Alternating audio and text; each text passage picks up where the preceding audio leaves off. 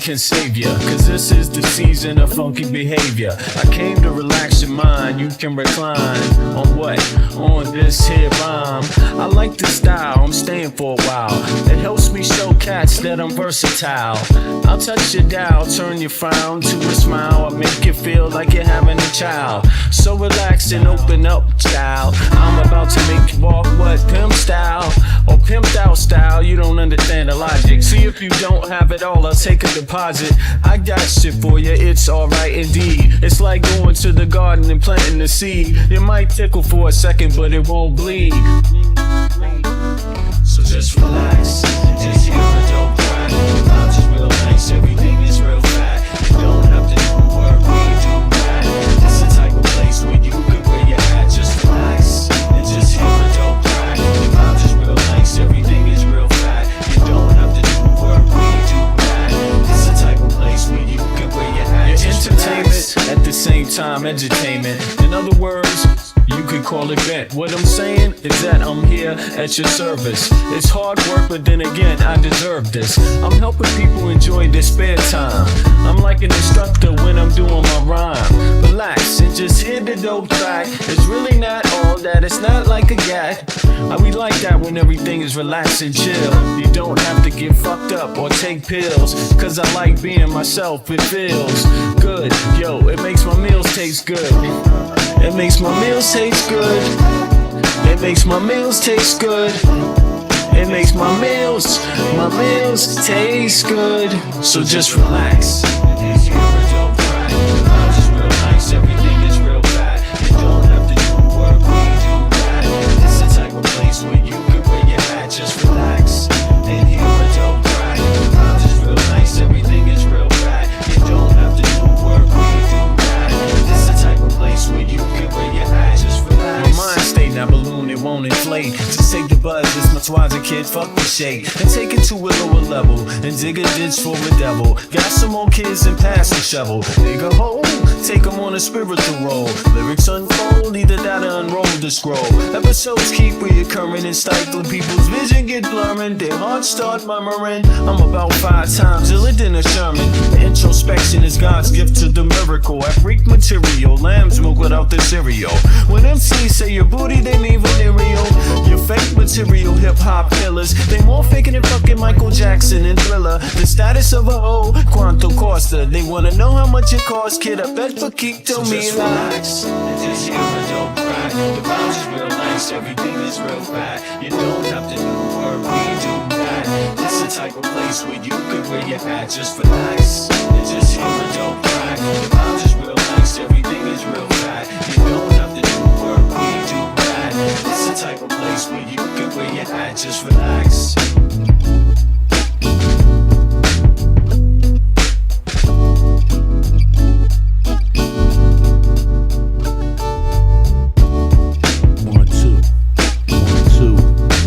Yes, check. Alrighty, y'all. Back at it again. What's up, everybody? Okay. I had to take a little breather, and just for a day. I was pretty busy actually, and I had to do some paperwork also, and so I said, you know what? Let me just delay the stream a little bit, and then and also, I wanted to really wait until I got the news about Trump's visit with Zelensky. And as you know, that did happen. And, the details of how it happened and, are still not all the way out yet. But, I didn't take the live thing off. Okay, let me do that. Yeah, the details of it. What's up, everybody? The details of it have not come out yet. How the meeting came together, who called who first. And that should be a note right there. Like, normally I would think if Zelensky is requesting a meeting, you would know all about it in the news. You would know that. It would be titled Zelensky requests meeting with Trump. But I got a theory. And my theory is a little different from some other people's theories. That's how theories work. Right. But you got to stand on your theories. You have to own your theories, whether you're right or wrong. You got to own them. And if you're right, you got to own that, too. right? You have to own that, right? That's how it works. Now, my theory is that it's Trump that was pressured by Putin to call in Zelensky, and Zelensky being a statesman, number one, an elected official, number two, right?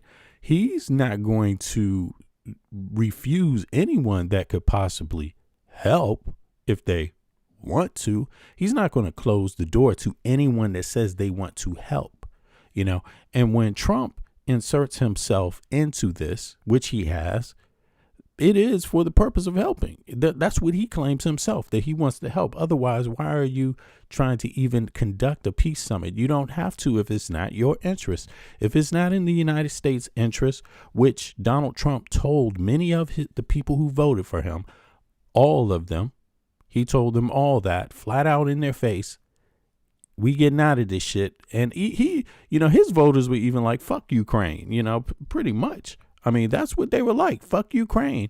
And of course, I think it part of it could be out of frustration. I'm not speaking for them, but I know that there's different groups of Trump supporters. They're not all, the same exact, right? But some of them, they question the money that's going into it, $30 billion here, $40 billion. And me, myself, knowing the GDP of the United States of America being the largest on the planet Earth, knowing that it was, last year in election time, it was $29 trillion a year. I know the $40 billion is nothing. $40 billion is peanuts to the United States of America. They got $40 billion to throw. If they, they have that money. A lot of the voters and a lot of the supporters of the Republican Party don't inherently think that the United States really has that much money, right? They behave like it. And a lot of it is because their party doesn't advocate for any of that money to be used for social justice for any of its citizens, including poor white Americans or middle-class, hardworking white Americans, pure-blooded, if that's what you want to call that, right? The kind that wave around the swastika and the kind that wave around the Confederate flag, them too, also the American flag, but let's just put them all together. They don't advocate for social justice for themselves with their own tax dollars that they pay. You see what I'm saying? So, yes, they don't, for those that don't know, Medicaid and Medicare, that costs a lot. That's actually one of the bigger items that all those federal taxes are collected for. That's one of the bigger items. When you cut it back, one might want to say, why don't they stop fucking charging us these taxes then? Can't they cut back on the taxes? Can't they reduce the taxes? Because guess what? They cut $1 trillion out, and that's not even all of it. You dig? That's not even all of it. $1 trillion is not even all of it. You see what I'm saying? But they had the nerve to cut that back. And guess who paid for that? The taxpayers. You pay for that in advance. That's already built into the tax system, into the tax code. Yeah. All they did was come in with one executive order and say, or one bill and say, you know what? What we're going to do is we're going to still collect money from citizens, but we're going to divert that money from Medicaid and Medicare, right? We're going to divert that to tax breaks for the rich, for the wealthy. And that's exactly what they did. And then they said, how are we going to pay for these tax breaks for the wealthy and keep the budget somewhat together? I got a good idea. Republican Party said to its voters, it said, hey, let's cut back Medicaid, $1 trillion on Medicaid and Medicare. And these dumb motherfuckers said, okay, we going to vote for you. Yay. Yeah. Hoop, hip, hip, hooray. Yay for MAGA supporters. That's yo. Yeah. I appreciate that throwing them back. But then they were like, hoorah, celebration. Trump is keeping his promise. Yeah, we're on a roll here. We're kicking out the immigrants and now we're cutting health care. That's exactly what they said. They didn't mention one goddamn thing about, well, can you reduce our taxes too? Because our taxes is paying for that shit. Why would you cut the out result and not cut the end result? You cutting the out was supposed to come out of that money we paying you, and you didn't even bother to cut the money. So people are going to get lost and get their health care cut and still pay the same taxes and pay a higher deductible. How about that? That's good thinking for the Republican Party, those MAGA supporters. Let's celebrate for them. Yay! You really thought that one through. Congratulations, genius. Congratulations. But before I get started here today, excuse me, I want to say thank you to some of the folks that have been coming out, my supporters, and I get new ones every day, but I want to first of all say thanks Bits, thanks Tia, thanks Eric, thanks Thorn, thanks Donnie, right? Thanks Andrea, thanks to all of you, thanks to Shaka and Dugu Komet, by the way, at my aunt forever, because Shaka let me hang around him last year and have a lot of good time listening to some debates online, and I learned how to stream from Shaka. I'm talking about practically, not necessarily theoretically. Some of the theoretical stuff he did break down to me, though, the basics, right? But he gave me a chance to kind of learn, and so I want to thank all those people for being real supporters there and sticking with me and having faith in a guy like myself. Now, also, I wanted to thank someone else. Every once in a while, the streams go by fast, and the chat is going faster, right?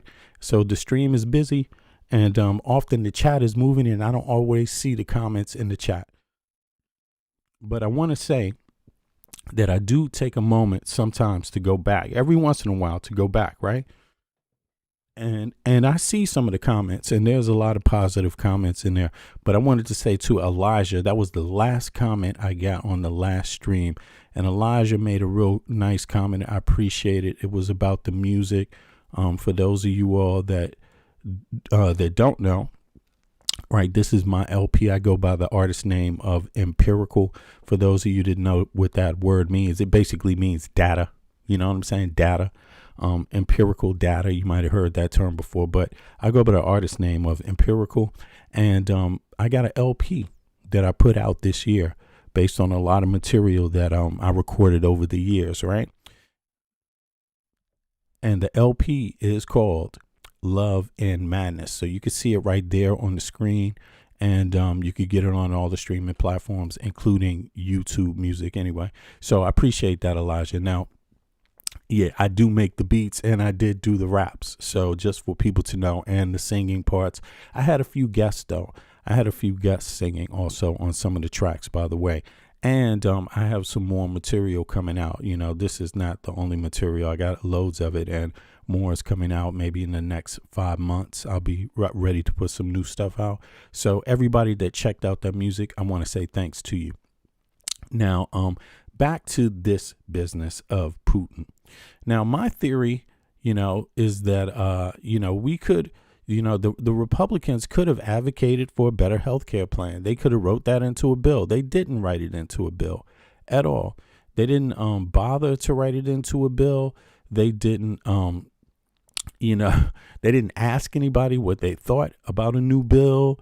They didn't go out and canvass their constituents and ask, what do they think about a bill? They didn't say, hey, do you want health care? What do you think about the health care? Should taxes have anything to do with it? Or should we just, cut those taxes and just let you buy your own? None of that. No kind of plan. Well, they got the other plan. They got the cuts down, but they didn't give you a return or a reduction in your taxes for it. And that was part of their plan, too, because if it happened, then it was planned. Shit doesn't just happen for no reason at all. And that's how they planned it out. So in any case, moving on now to this thing with Trump, and being let down. Now, my contention about this meeting, getting back to that, sorry for the little diversion, but getting back to that, my theory is that Putin is the one that's really pressed in this scenario and likely contacted Trump to press him. Now, Trump admits to talking to Putin regularly anyway. He may not say it all the time publicly, but he will give you some indication. And, actually, Zelensky's not in a position as a statesman. That's what he was elected for, to do work for the people, to get out there and find out what the possibilities are. So he's pretty much obligated to meet anybody that could make a difference in his people, in his country's life. That is literally his job. So he's not going to say no to Trump, to meeting Trump. He's happy to go and meet Trump. Hey, and that's a good statesman. That's a good government worker, a person who's cool, saying, I'll get on the plane, I'll go talk to him. Oh, he wants to talk about solutions. Well, we got a whole list of things we want as a part of a solution. We talk about this every day. We have meetings every day, 10 o'clock. What could we do with everybody in my staff and everyone in government? And we're on the phone and we talking about this shit. So we ready to have a talk because the taxpayers pay us. And we have this talk with hundreds of people daily across the globe, period, nonstop. So you are just one more meeting where we get to repeat some more points. He's not going to say no to that. So he meets Trump. Now, let's flip over now to Putin's situation. Putin's been fighting a war, and he's a politician too, in case a lot of people don't know it. He's a dictator. He's an authoritarian dictator, right? But he is still a politician. And he still has to convince his people that things are worth doing. He's still got to go back and deal with the Russian people, although the Russian people are used to living in an authoritarian state where you speak up, you get hit with a stick. You know, some henchmen come and pick you up and make you disappear. Yeah, that's what they do.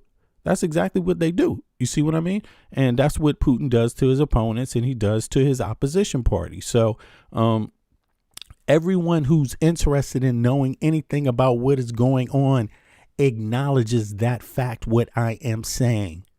Okay.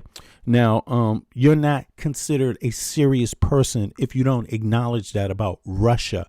Okay. It's not about Russian people. It's about the government and what's going on there. And a lot of Americans, well, number one, don't really know what that's about because they've never experienced that. But you might experience it for the first time in a while in your life. You might experience it since you don't appreciate exactly what has been going on over in Russia. Right. And you think Russia is just a happy old place that's super, powerful and can do anything. Well, the rest of the world doesn't see it that way. And Putin has lost 1 million people. Putin has lost 1 million people trying to invade Ukraine, a country that barely had a standing army, a decade ago, had to be taught every single thing to, in battle, how to create an army, how to use the equipment while being invaded. And Russia's a superpower. For you to lose 1 million people, first of all, it shows you are a disgrace to Russia. You are a disgrace to mankind. That's what you are, because you care not about human life. And if anyone thinks that a person who sends 1 million soldiers to die in Ukraine against if you think that's rational, if you think he now cares about your people or anything else, you're out of your goddamn mind. No, he does not care about people in general, including you and anyone that is capping for him. You are nothing. If you're capping for Putin, you are nobody. You're just a goddamn fool. You see what I'm saying? And that's obvious. But in any case, going back to the power, he has to explain that he's under pressure in Russia.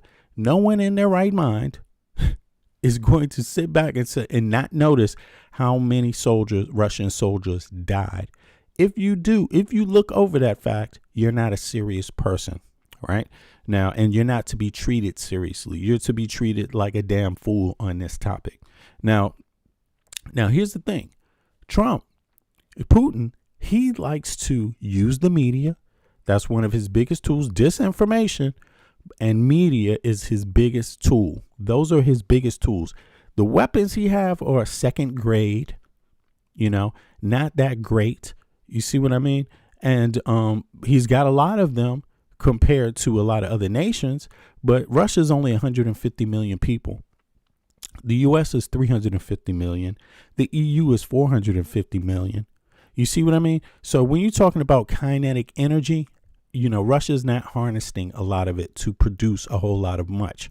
So, they may have had a lot of stockpiled, which that is in their favor. They may have had more stockpile than the EU. They probably have comparable amounts with the U.S., but the U.S. has highly more advanced weapons, period. So does China. Now, it just is what it is. They have bigger military budgets, and that's what happens on Earth when you put more money and more people on a project. You get more results back. You see what I mean? And it changes the odds.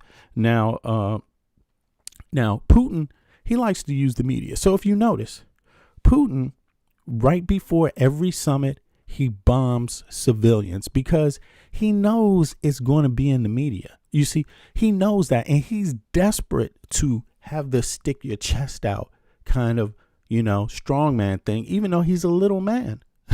You know what I'm saying? It's like a Napoleon complex, basically, you're dealing with.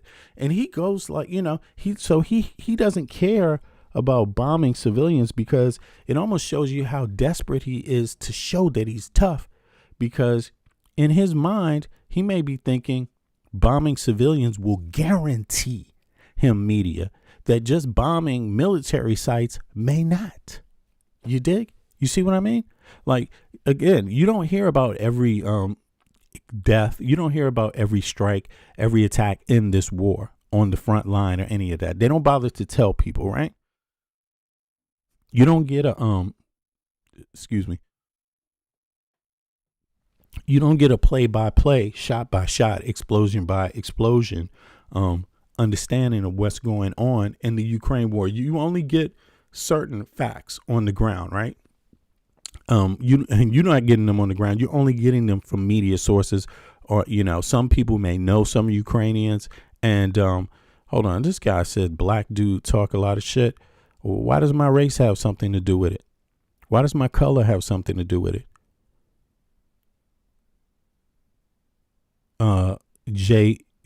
People don't see this comment, but it's IJ72.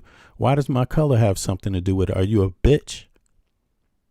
Yeah, so let me just block your bitch ass, racist fucking ass. See, you could have said anything, but you had to go to race, which shows you are a waste of time. So what I will do is now hide you from the channel and all your previous messages, you little sucker.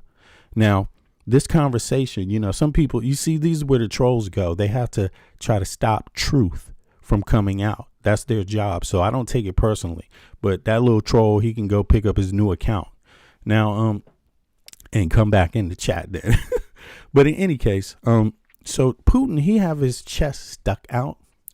And keep in mind, this is just a theory. So don't lose your don't get angry over it. It's just a theory. You could offer a better theory. You don't have to get into racism to just because you can't offer a better theory. God damn, that's so pathetic. But in any case, Putin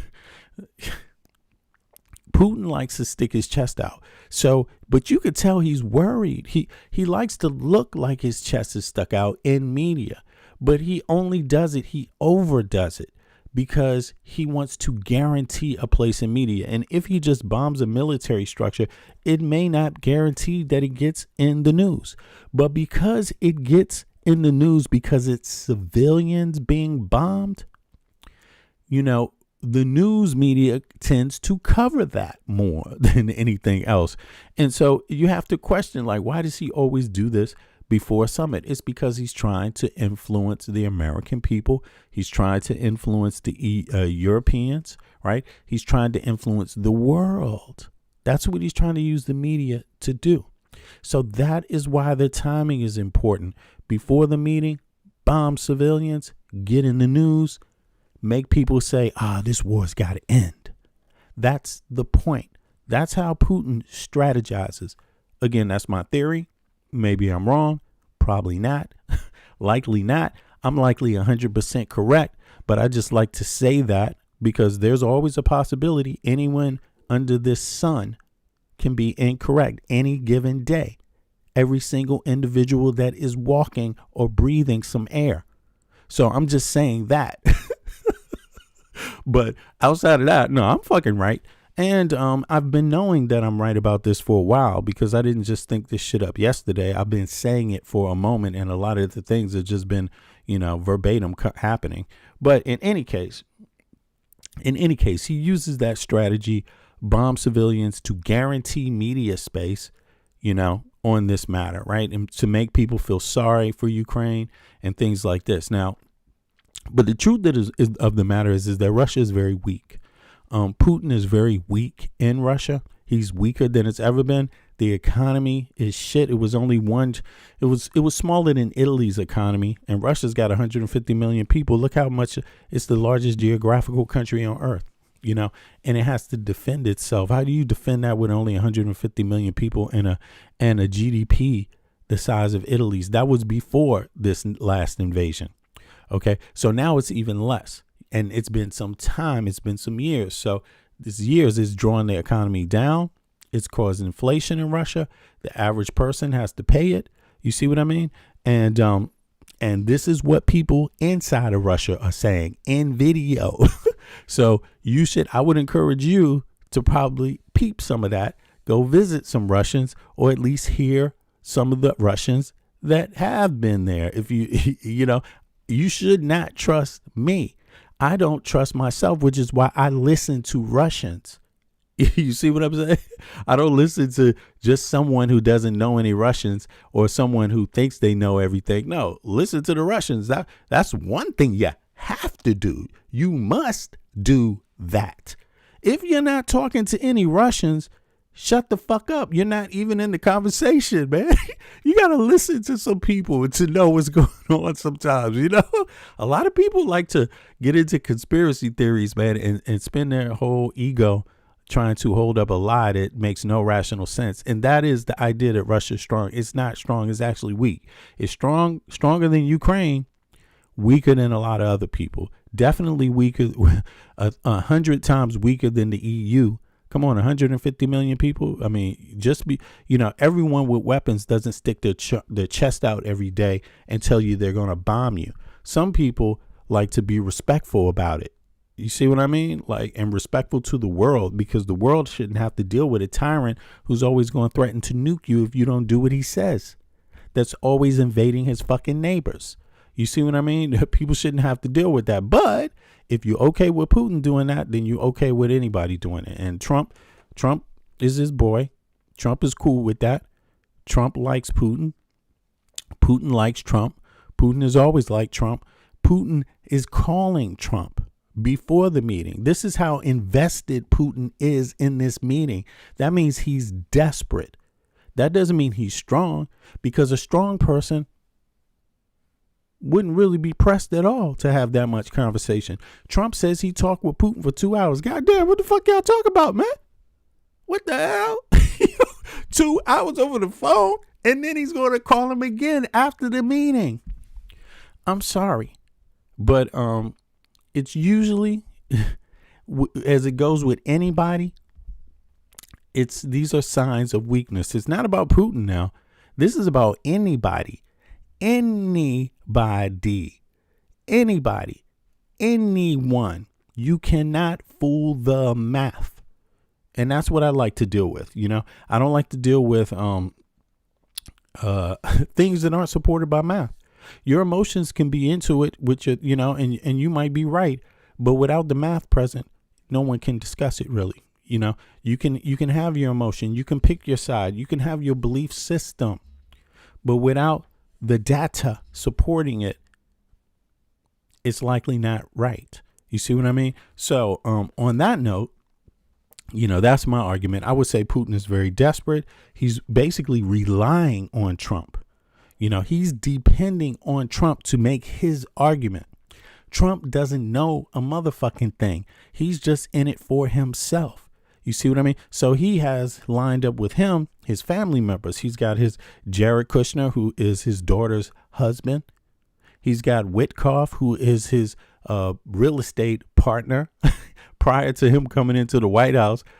That's his experience. Real estate. They got business to, so they want to do business. That's obvious what Trump is trying to do, what he wants to do. It's about business for him. You see what I mean? He wants to know, what do I get out of this? He's not concerned with the interests of the United States people, with American citizens. He's not concerned with the EU. Trump is primarily concerned with what can he get out of this deal And for some strange reason, he is extremely passive and afraid of crossing Putin, who is weak. Putin is fucking weak. I mean, so that's what makes it real goddamn strange. See, it's not like you have to say, nah, he's going to have to, Putin's going to be around for a while. Putin ain't going to be around that long. Nobody's invincible. And you have to show your people something unless your people are slaves. If Russian people are slaves, then Putin don't have to show them shit. But right now, what Russian people have been shown, what Putin showed them is that he threw 1 million soldiers trying to invade Ukraine that died, and he's willing to send more families, kids there to fucking die. And let me tell you, you will fucking die. If there's any Russians out there in the military, any people, Russians hearing me, thinking about getting sent to the military, my advice is run for your life. Run, escape, because you will die trying to fucking invade Ukraine. And the gig is up. The gig is up. Okay. Now, they're not going to project, it's not Zelensky's job to project what I'm stating. You see what I mean? He's a statesman. So he's a diplomat. So he's always looking for a solution. And he's a good statesman. He's not going to be the strong guy. He's going to be the guy that's going to play passive.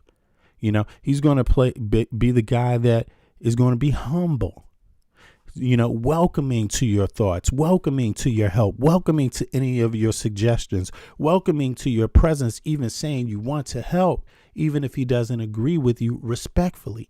That's his job as a statesman. That's not my job. I don't give a fuck. That is not my job. My job is because I live in Denmark. OK, so although I'm an American citizen, I live in Denmark. I live in Copenhagen, Denmark, and I'm down with everybody else that is like, there's no way you try to invade this place or bomb this place. There will be a response. People will all join together. Nobody wants Russia doing a goddamn thing over here. And that's how it is with every neighboring nation also.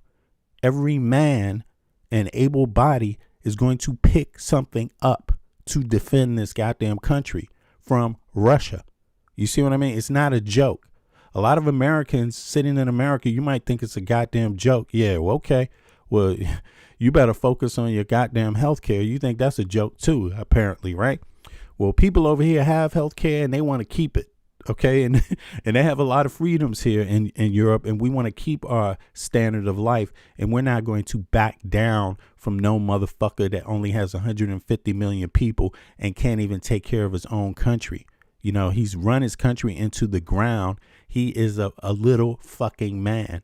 And the moment you back down to a little fucking man, the EU is 450 million people. The answer is fuck no. Just so people understand, the diplomats might speak nicely because they want a solution, and that's their job. They get paid by the taxpayers to find solutions and even listen to people that are belligerent like me or Putin. You see what I'm saying? But at the end of the day, all Putin has done is the opposite of what he said he was going to do. He said he was afraid of the EU. He said he was afraid of NATO. Well, now you got every NATO country buying more weapons. That wasn't smart. That was a miscalculation. The EU is buying more weapons now because of this issue with Ukraine. Is that what Putin wanted? That's exactly what he got. Okay? He's got more militarization of the EU.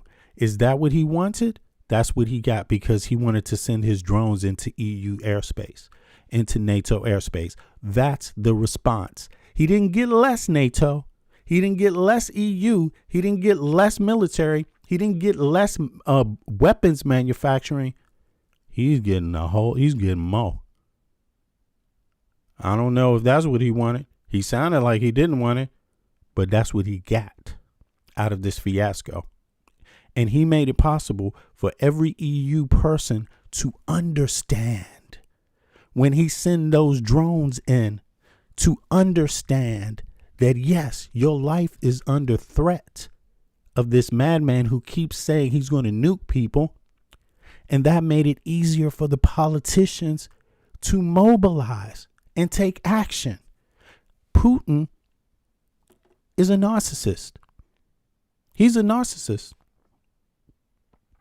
He has to be right. So even if he's wrong, he won't see his own outcomes. He won't see what he's created. He's actually running from the monster he created at this point. It's him. He started a war. He can't explain it. 1 million of his soldiers have died, and he's looking for a way out, and his life depends on it because he's a failure. He is a failure. He's achieved little, if anything, and he might lose everything that he even achieved. Yep, because you got a lot of your own soldiers killed. Russia is desperate. They do not want to fight on. What did Russia get out of this? What did Putin get out of this? They got Poland now and Germany for the first time pretty much since World War II. They are now able to mobilize their troops outside of their own countries. I hope you know that they were restricted for some time after World War II. They were restricted from sending their military outside of their own borders. That's over because of Putin.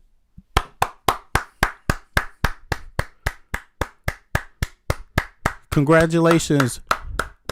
Congratulations, Putin. Congratulations. That was a wonderful achievement, by the way. For a lot of people, there's a lot of people, in the Western world that was like, yeah, man, they wanted the EU to start making more weapons, but there was no real reason. There was no argument to be made. Who's attacking us? No one is attacking. Putin is now. He solved that problem for the people that want more government money to go into the weapons manufacturers. Won this one. Thank you, Putin. Thank you for boosting up the private weapons manufacturers of the EU. You're great, man. You're great. You're a success with that one. You're a success. All right. Good job. I even went out and bought some stock in the weapons manufacturers straight up. Why not? Why not? Putin ain't going to listen to me. Fuck him. I understand what he's doing. Now, so just to make it official, in case you don't understand, my perspective is Putin, he's stuck between a rock and a hard place, between the monster that he created, the situation he created. He doesn't know how to back out, because he would look like a goddamn fool, and it would be utterly obvious that you are a failure. Then there could be no argumentation. It's kind of like Trump and the Epstein files. You know what I mean? Basically, it's the same thing. Putin is trying to save face, and he has his key man, Trump, to help him save face. Pick up the phone, Trump, call in Zelensky, man. Call in Zelensky, keep calling him. And since Trump wants to get something out of the deal, he's going to keep on doing it. But that doesn't mean Zelensky is buying that bullshit. Nope, not happening. And just like not happening the last time. And the same thing is going to happen. The EU is going to flank. They're going to come in now that it's happened the same. Trump meets with Zelensky. Zelensky leaves, not getting the things that he wanted, the guarantees. The EU comes in and flanks and offers him guarantees. It steps up the, commitment.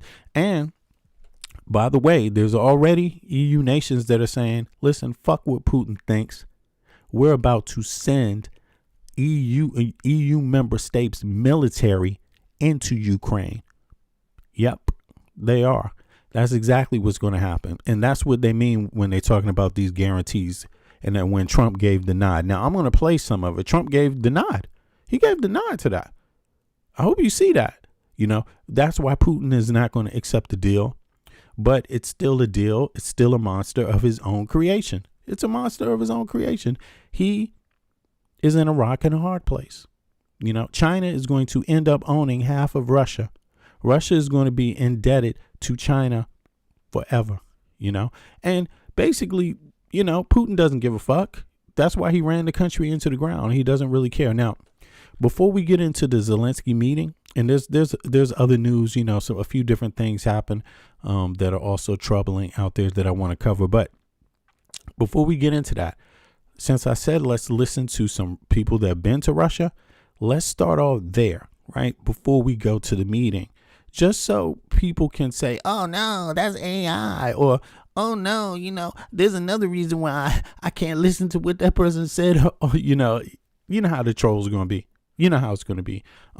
But, hey, you know how the reaction is going to be, too. You know how the reality is going to be, too. Nobody's standing still for no goddamn trolls, because trolls don't get what they want. They don't get what they want from Trump. And they don't get what they want from no one else, because no one else respects them, because they don't stand on business when they don't get what they want. When someone stabs them in the back, they just let it be. So why the fuck would anyone else be waiting for a troll to make a decision? Let's see what the trolls think. Do they agree? No, they fucking don't agree. Okay, the trolls do not agree, and there it is. Now let's see. Let's listen to some. Let's listen to some Russians here. Let's see. Let me see if I can find some. 2 seconds. Do we have it coming out? Yeah. Okay. Where is it at? All right. Here we go. This is ridiculous, but here, let's see. If Putin was the bad guy you say he is, he would have taken Georgia. You don't think Putin's a bad guy? He's all right. Let me fast forward it here. In Russia, inflation is out of control, racism is legalized, and the FSB watches your every move. But he's not alone, and it turns out he's one of the lucky ones. Unfortunately, there is an entire industry of fixers making millions of dollars selling this lie to gullible Westerners. It is basically and the gullible Westerners would be some of you trolls, basically. Not all of you, but some of you trolls. You're gullible. You know what I mean? Everybody living in, see, Denmark is not far from Russia. Russia, is pretty close to Denmark, So we get the news from Estonians. We get the news from Finlanders. We get the news from people in Europe that's right next to Russia. We meet these people every day. You get the data here. You get the data about the amount of people that were fleeing when Putin announced his last war, how many Russians fled because of that. And you're even hearing stories about people now fleeing. Like, damn, Putin wants to call more people into the war. People are just looking for places to flee to. I mean, Russia is really feeling it. And the problem is in the media is that, because Russia is closed down, Putin doesn't allow free open media like that. He doesn't allow it. It's only state media. There's not a lot of coverage on people's lives, right? And on top of that, basically in this world, if you're a people that matter, then you will have media space. The story about how well or bad Russian people, the average Russian person is doing, is never really in the media, because they basically have very little rights. That's what it comes down to. That's really what it comes down to. When you have rights, you're heard, you're seen. The whole world knows what you're doing. Right now, that's not the case in Russia, so. A geopolitical Ponzi scheme. So while these foreigners are crying about their rent in Moscow, actual Russians are freezing to death because their cities are literally crumbling. So let's look at the reality of Putin's conservative paradise. Here's the man in question, a British YouTuber who recently moved to Russia and is now publicly saying that Russia is not a conservative paradise that Putin claims it to be. And as if that wasn't okay, so that's a Sun article that he's quoting right there, about a Russian, a guy from the UK moved there with his family. He's not the only one. It's a lot of people that do that. But where are their stories? Where's their documentation? You see what I'm saying? And yeah, where's it at? Where's it at? Where's it at? Look at this. Somebody's repeating over and over, Black Lives Matter. Okay, there you go. Black Lives Matter. I mean, this is what it is to be a troll, because the conversation is about Putin and Russia. It's not about being black. Sorry, maybe if it was about being black, it would make the conversation easy for you to have, but you should learn to conversate, about, specific topics, not only race or color, right? Or gender or sexuality, things like that. You should talk about the things that affect everybody's life: healthcare, inflation, war, things like that, these kind of issues, freedom of speech, right? This kind of stuff. So in any case, let me let this play a little bit more, but there's somebody else coming too. Watch. Isn't bad enough. Rental prices are going crazy, and he's always being watched by the FSB. The YouTuber said that the perception that Russia was the last bastion of moral and religious values in Europe is just not accurate. Yo, anyone who believes that is out of their goddamn mind, man. First of all, racism that's not even a conversation in Russia because it's not even important. It's just normal. It's just normal. Homophobia, normal. Gender bias, normal. You see what I mean? All these things that so people that think but you know what else? You know what else is you're not going to be a part of the society anyway. It's a closed, small society. You have your broader Russia, but then you have your controlling Russians on the inside, and they ain't gonna let you in, man. It's because they're fighting, to keep whatever they got. It's crumbling, like literally. It's literally crumbling. In fact, he goes on to say that parts of Britain and it is because they tried to invade Ukraine. I mean, it is that. Just think about all the focus Putin could have on having the biggest landmass as a country that's ever existed on Earth. Russia, you know how Russia got that big colonizing people, but they have the biggest colonized landmass on Earth, and they still trying to get more, and yet people are starving, freezing their ass off. You think Russians ain't freezing right now? I mean, you see on TV when he strikes civilian places, right? Civilian infrastructure. You see that. Ukraine is of interest to the EU. So they have journalists there. What about the Russian side? Where are the journalists? You don't see them on any legacy media. That's for sure. Tell me one legacy media program where you've seen anything going on inside of Russia except a camera from a far distance with a bomb hitting. You're not actually really allowed to see like you're allowed to see Ukraine. That's because Russia has it closed down. It doesn't want free media. It doesn't want the world to be able to see it.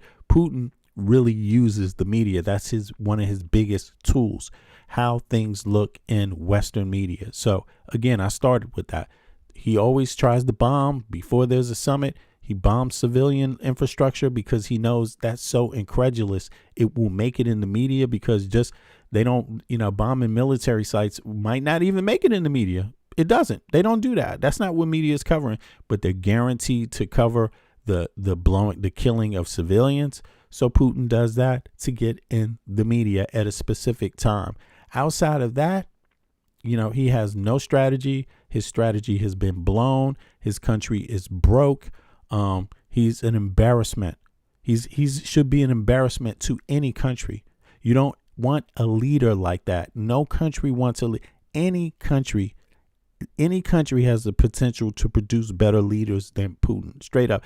Even if you are poorer than Russia, even if you don't have weapons like Russia, even if you don't like the West, you can still produce a better leader than Putin, is what I'm saying. Like, really, straight up, you can. It's just facts. Like, don't ride this man's nuts because he has run Russia. Russia's just a wasteland. It's just a wasteland, basically. And America, nothing's going on there. More fierce traditional values. Here's the YouTuber sharing this experience in his own words. Take a look. Did you guys catch what he said? Racism may be illegal in other countries, but in Russia, it's legalized and you just have to deal with it. And unfortunately, it is legal. I mean, but that shouldn't be a shock. Why would that be a shock to anybody? I knew that. What the fuck? I live in Europe. Live in Copenhagen, Denmark. Yeah. I know people that have been to Russia. I know some black people that's been to Russia. You know what I'm saying? They talk about it. It's nothing new. Black people go to Russia all the time. You know what I mean? But, you would really look hard if you see any black people out there saying, man, Russia's a free and fair country, man. No. None of them will tell you it's not racism. It's serious racism. Now, it might be because you're seeing it so incidental, and as it's such an extreme minority, you're not really even the biggest issue that a Russian has, right? But in general, you know what I mean? Yeah, it's just racism is a big thing, and Russia doesn't even produce quantitative data on certain groups of people, like people of African descent, black people. There's no quantitative data on the amount of black people that live in Russia. There's none. They don't produce it. They don't give it to the UN. There's no NGOs that produce it and send it out to other people. Like, it's just not there. They don't give you data on racism. Like, for example, anti-black racism. They don't produce the data. The EU does produce that data. For those of you that are interested in racism in the EU, you should look up MIDI 2.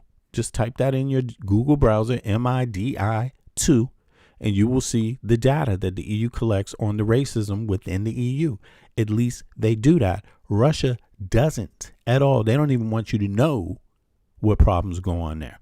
You see what I mean? And Americans, they want to get out of, people like Trump want to get out of producing data like that. Right? So, Anyway, let's play some more. Fortunately, Ben here is not the first foreigner to learn that lesson. Earlier this year, we covered a story of an American woman who moved to Russia to get away from all the racism that's inside the United States. Stupid. Why you moved to Russia of all places, man? Goddamn. Unfortunately, she was brutally attacked by her racist neighbor just for being black. And again, I want to clarify, this is not just some news report. This is coming from her own mouth. Just take a listen. In a heartbreaking video, Francine claims that both she and her baby were brutally attacked by racist neighbors in Moscow. She detailed the alleged assault on Instagram.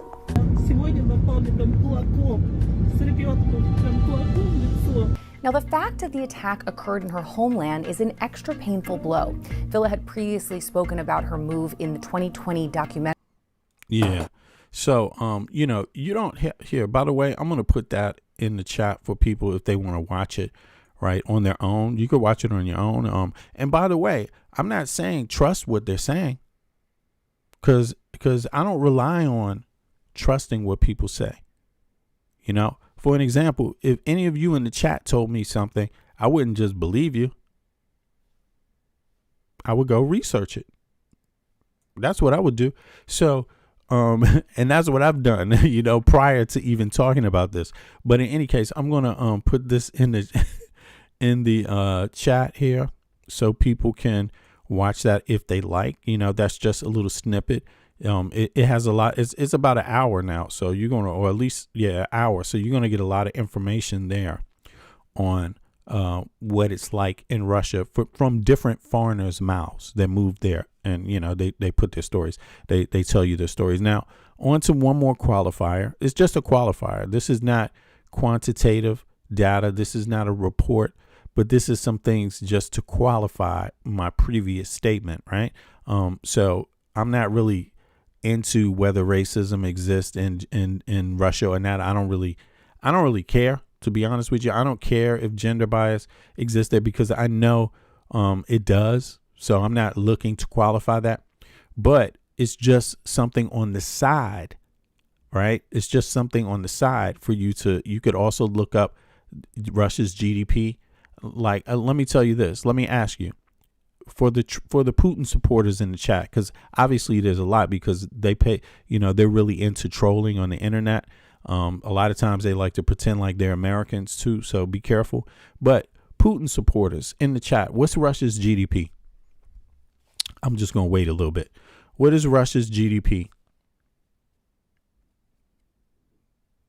It is a cold, awful place run by oligarchs. Thank you.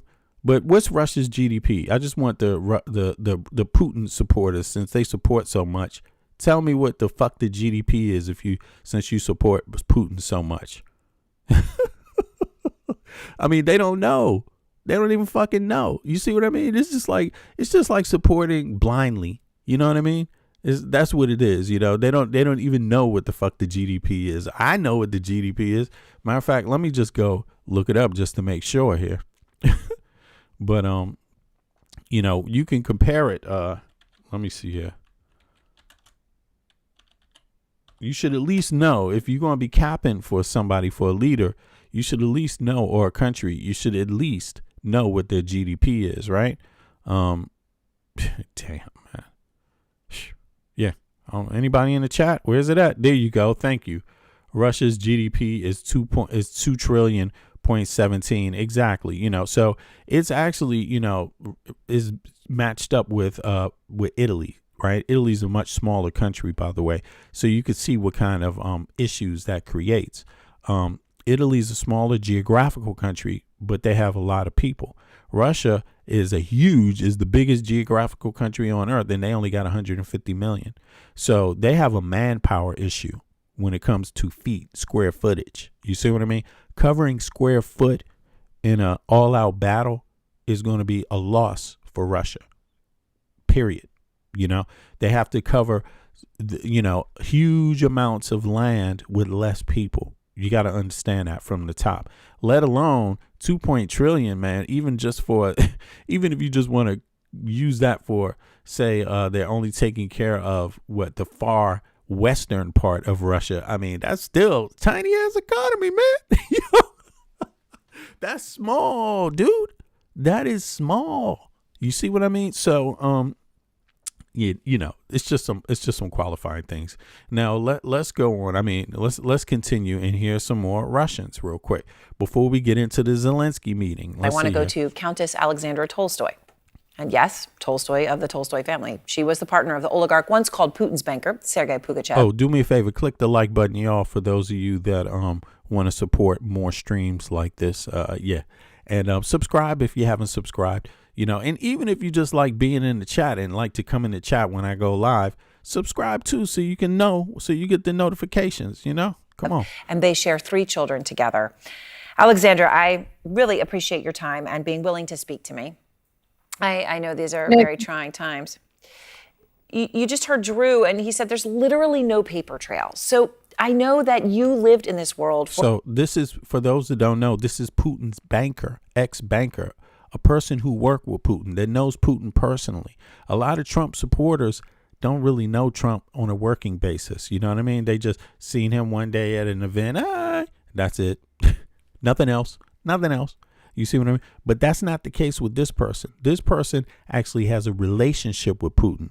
So that's not like most of the people in the chat that cap for Putin. Right? You see what I'm saying? So I would say anyone who doesn't know Putin and doesn't have a personal relationship, a firsthand one-on-one relationship with him, should probably take this moment to listen to someone that did, because that person knows more than you on the topic. For 8 years after you met Sergei, what was it like? Well, it was sort of like everything you probably imagine. As someone earlier said, like The Godfather. This crazy, insane wealth, and also a complete lack of sort of normal human morals and no empathy. There's a huge, I mean, I suppose Putin, like any dictator, he rules through divide and rule. So they all hate each other. They're all very competitive. They don't trust each other. And it's ruthless. So your relationship with Sergei is the focus of a BBC documentary. It's now on Netflix in the UK, called The Countess and the Russian Billionaire. And it also lays out how close Sergei was to Putin as Putin rose in power. Here's a clip from the Netflix documentary. It was a meteoric ascent, and Sergei Pugachev was someone who helped push Putin up the stairs. Of course, he was my friend. We were together everywhere for a long time. And we were, of course, very, very close. You went on holiday together? All the time. Putin was really relaxed. He was ready to do whatever we want. Sergei cemented his power by becoming a senator in the upper house of the Russian parliament. Before long, he'd become one of Putin's most trusted advisors. So You've talked about being in the room with Putin. You've been there. What was it like? And what was Putin like in those times? So I was in the room with him in 2008, and he then was a very different person from what I see now in the news. You know, he was a very confident person. He had this great, enormous phalanx of bodyguards. You could probably see he was insecure, but he was extremely confident. Whereas now I feel he looks very angry and out of control. So there's definitely a difference. So there has been a lot of talk about whether he's changed, right? But what you got to understand is that there's a reason why Trump and Putin have this relationship, this symbiotic relationship, is a reason why Putin preferred Trump over Kamala Harris, for example, over Joe Biden, for example. And it is because Trump is more like Putin in terms of how he sees things, what's in it for me. And that's what that oligarchy thing is all about. It's a small collective of people that are allowed to govern and control all the assets of Russia, right? And they use Putin as the state figure, who basically protects them all, uses the military to protect them all, right? And at the same time, give the view to others that it's a normal country, it's a democratic country, it's a hoax, it's a hoax. Russia is not really a country with people that govern similarly to what Westerners are used to. You see what I mean? Westerners are used to having a vote and the motherfucker gets out after 4 years. That's not what Russians are used to. You see, Russia, sadly enough, they're not used to that. You see, they're used to one person ruling their entire goddamn life. So when you have that, you have a different type of vacuum that exists. And Trump prefers that vacuum because it reminds him of his private business. Yeah, in a private business, you get to operate things that way. In a state, in a democracy, you don't. That functions completely differently. A democracy is everyone's voice matters and not just matters, is necessary, or the job doesn't get done correctly. In an autocracy, they don't need your motherfucking voice. In fact, for all of you that support Putin, my words to you is shut the fuck up and learn your role. Learn how to be a good fucking slave. Learn how to be dictated to. Because that's what you support. You see what I mean? And and as long as you support that kind of shit, that's how, reasonable people are going to treat you. Like, they're going to be like, oh, no, this motherfucker supports Putin. And they're going to be like, oh, okay, I know how to deal with that. You just tell this motherfucker what to do and shut the fuck up and get to it. Or get the fuck out of here. Basically, you know what I'm saying? Because that's what they agree with.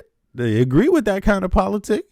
By supporting Putin, that's what they agree with. So, hey, I don't agree with it. I like to have a union job with a little bit of fairness, would have a representative fighting for my side of the story in case there's a little issue. Not that there often is, but, that's called rights. I like somebody, knowing when I have to go down to the voting block and vote for who I want the party to, run the commune, the city council and things like that in Copenhagen. I like to have my voice in it. I like to see it change when people aren't happy.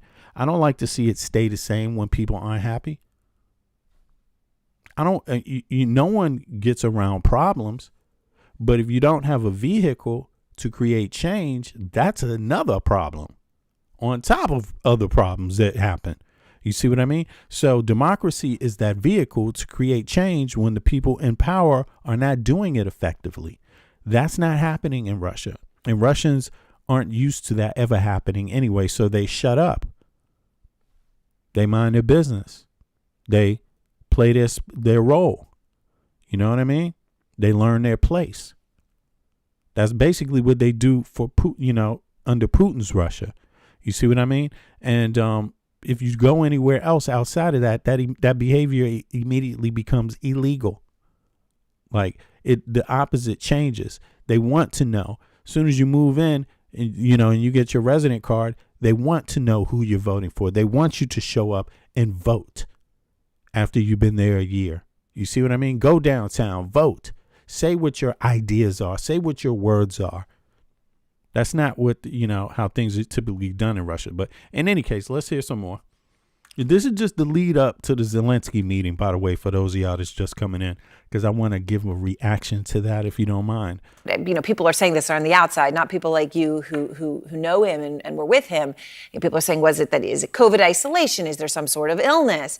But, like I said, you know him, and you say Sergei used to talk to you a lot about Putin as well. So what do you see in terms of changes, whether physical or otherwise, now? I would say, actually, on the contrary, there isn't such a huge change. I think he's got a personality disorder. I think he's probably got narcissistic personality disorder. There it is. I mean, you can recognize it. Listen, these are traits that are recognizable, and you could see it in it, because when you have a person that is constantly fucking up and losing, but always blaming someone else, and then whenever they, the opposite of what they claim they want is what they produce, themselves by their own actions, that's a narcissist. They often get caught in that bubble, in that between that rock and a hard place, wanting to find a solution, but not wanting to look like the stupid one. That's how a narcissist thinks. Wants to be in control, right? But wants to avoid taking the credit for the failures. You see what I mean? Like that's the duality of a narcissist, and so it didn't have to be Putin for you to recognize that. That's also Trump. That's him. This is why they have a symbiotic relationship, so it exists on different levels. There's the practical part of it, of what can I get out of it? That's calling. But then there's also the narcissistic trait that they have that would exist on its own anyway. You see what I mean? It would exist on its own, that once you start having power in a small little vacuum, that is what the universe becomes at that point. That's how things function at that point. And that only brings out more of the narcissistic tendency, and then you find yourself invading a place like Ukraine and not knowing how to get out of it, just being like, damn, if I get, people are going to look at me like the sick motherfucker I am because I just got 1 million people killed. I just sent 1 million of my soldiers in to get killed, to be embarrassed.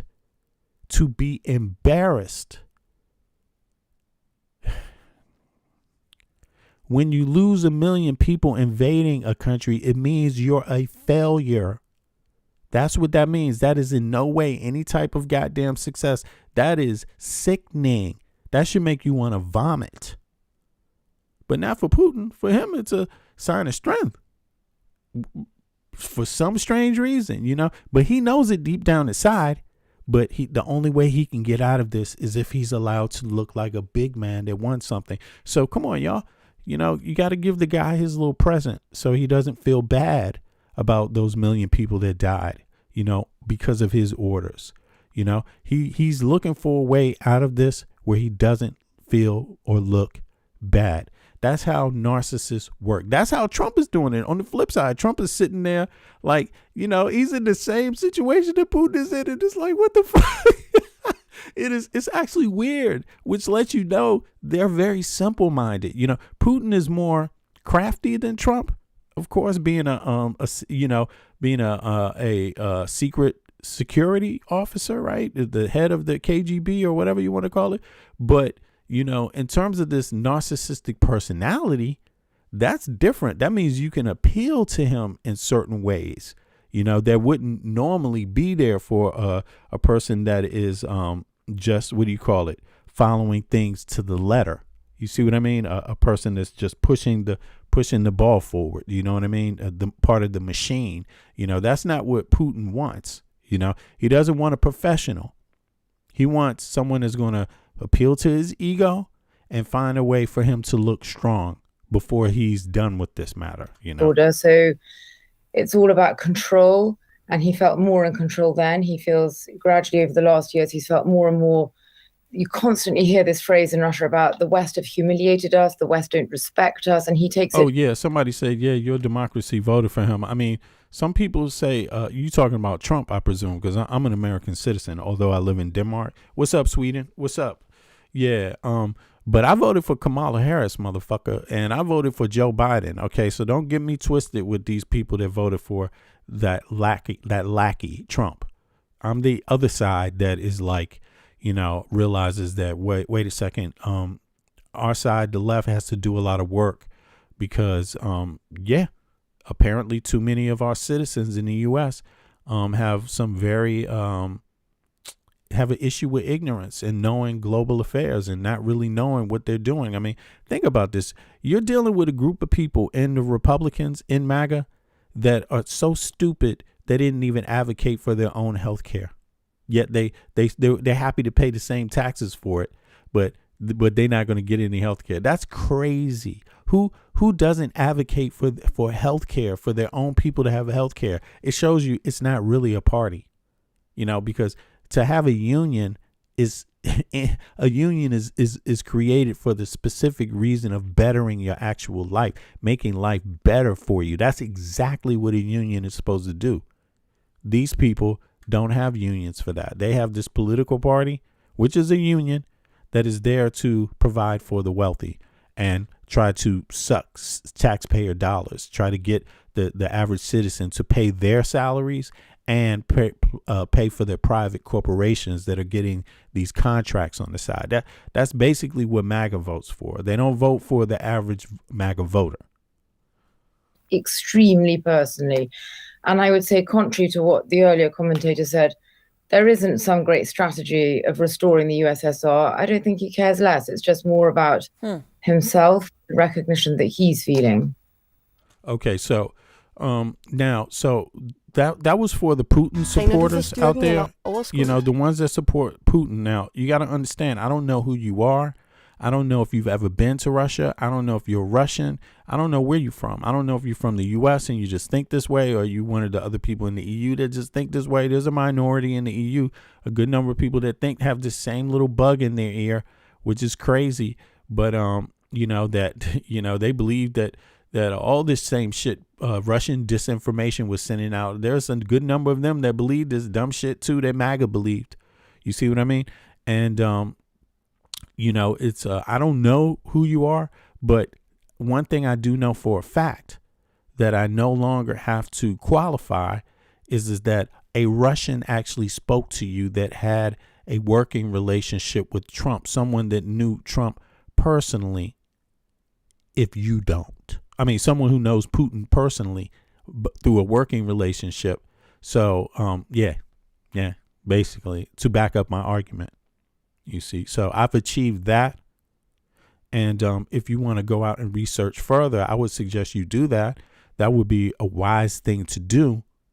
But you did hear a Russian person who was Putin's one of Putin's basically side. What is it? It was Putin's what? Who was this? This was Putin's let me just take a look at this and see who this is. I don't want to get this wrong. Yeah, Putin's banker. I mean, what better qualifier than that could you want? His own goddamn banker. So she knows more about Putin than you will ever know. Okay, just to keep that clear. So I would like to meet some other Russians and have them hear me, have them tell me their stories about how Russia was, how it is under Putin and all of that, blah, blah, blah, blah, blah, blah. Right. But if you're not a person from Russia and you haven't worked with Putin, you don't have to work with Putin. But if you didn't work with Putin and you're capping for him and you're Russian, it's the same difference. I don't give a fuck. The only thing I could use you for if you don't know Putin is to tell me how life is in different parts of Russia, the parts that you've actually experienced.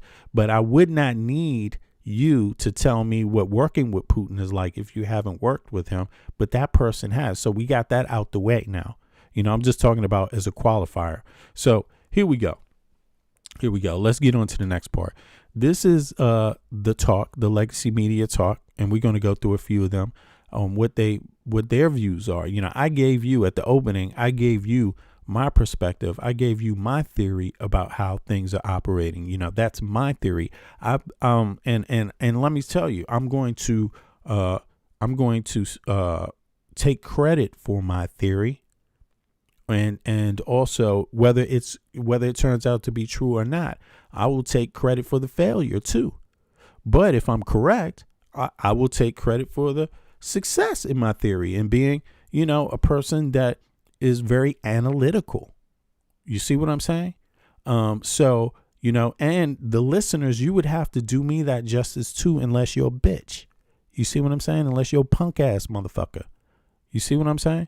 Like, just give the credit where it's due. Then we can all get along. That's how I would do you. I don't give a fuck who you are, or what your color is, or what your gender is, or what your sexuality is, or what your nationality is, or what your political perspective is. As a man, as a stand-up person myself, I'm prepared to do you that solid.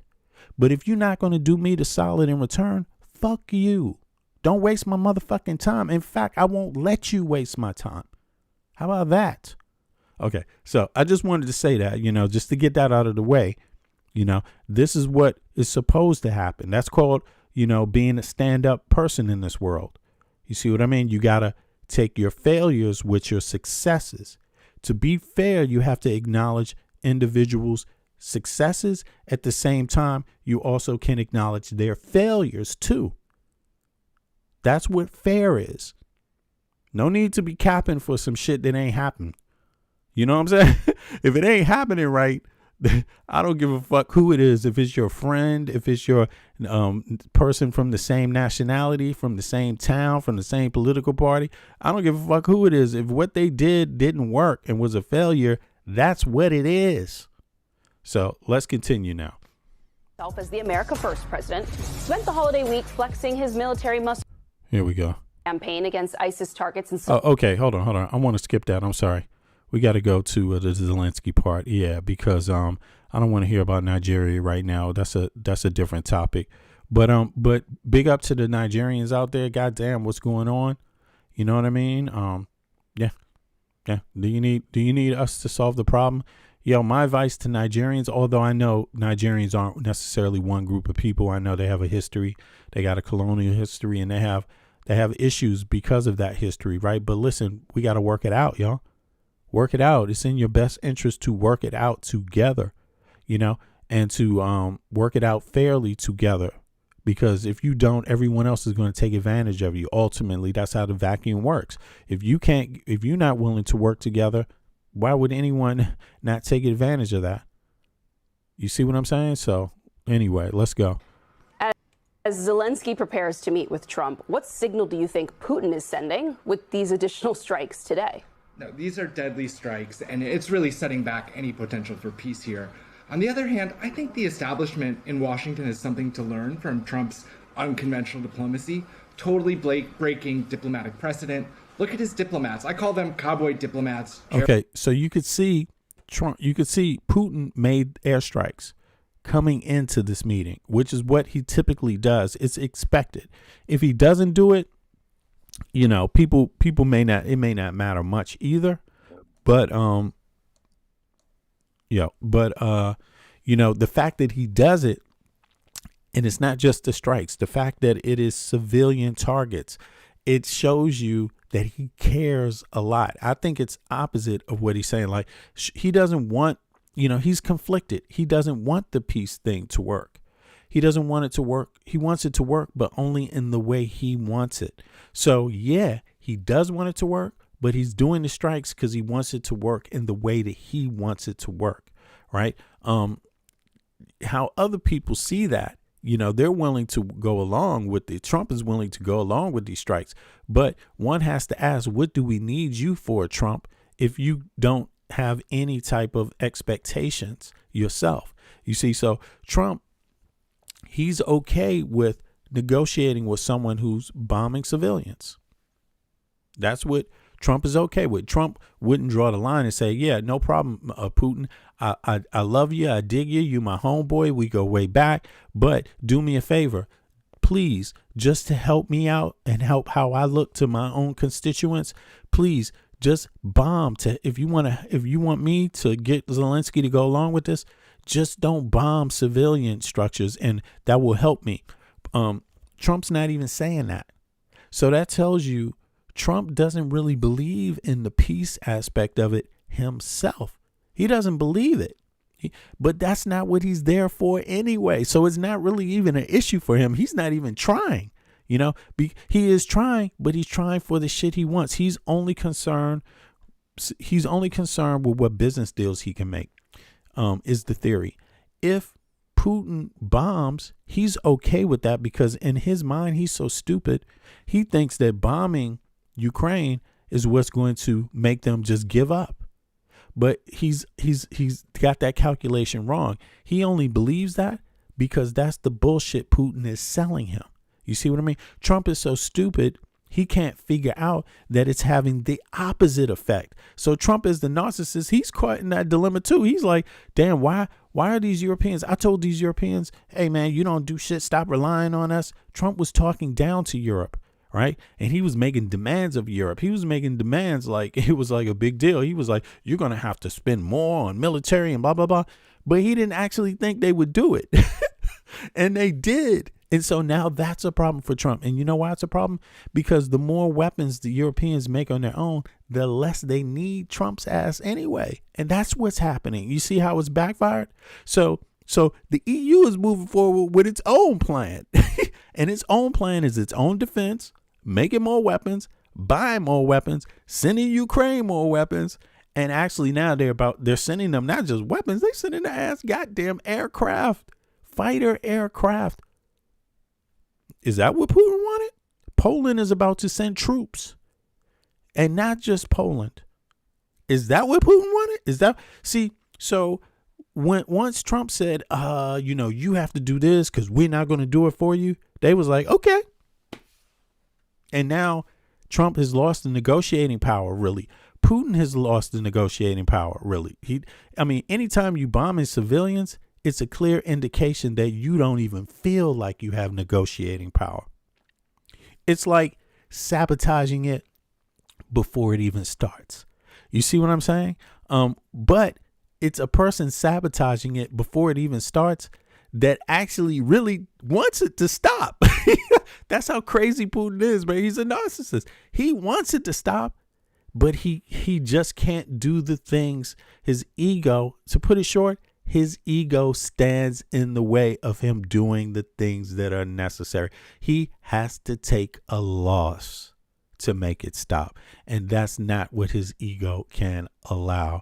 Again, he's going down as the president who lost 1 million goddamn soldiers in one conflict. Jared Kushner, Steve Witkoff, they have no experience, and yet sometimes they get stuff done. We talk about the Gaza ceasefire. Yes, 400 Palestinians have been killed by Israel, but it's held together in a way that President Biden did not achieve such a ceasefire. So I do think there's much to learn from President Trump's totally unconventional approach, but there are huge risks too. Have you tried making a Minecraft server only to... All right, let's go to the next one. Let's see here. What else is here? Boom. Det er vigtigt for...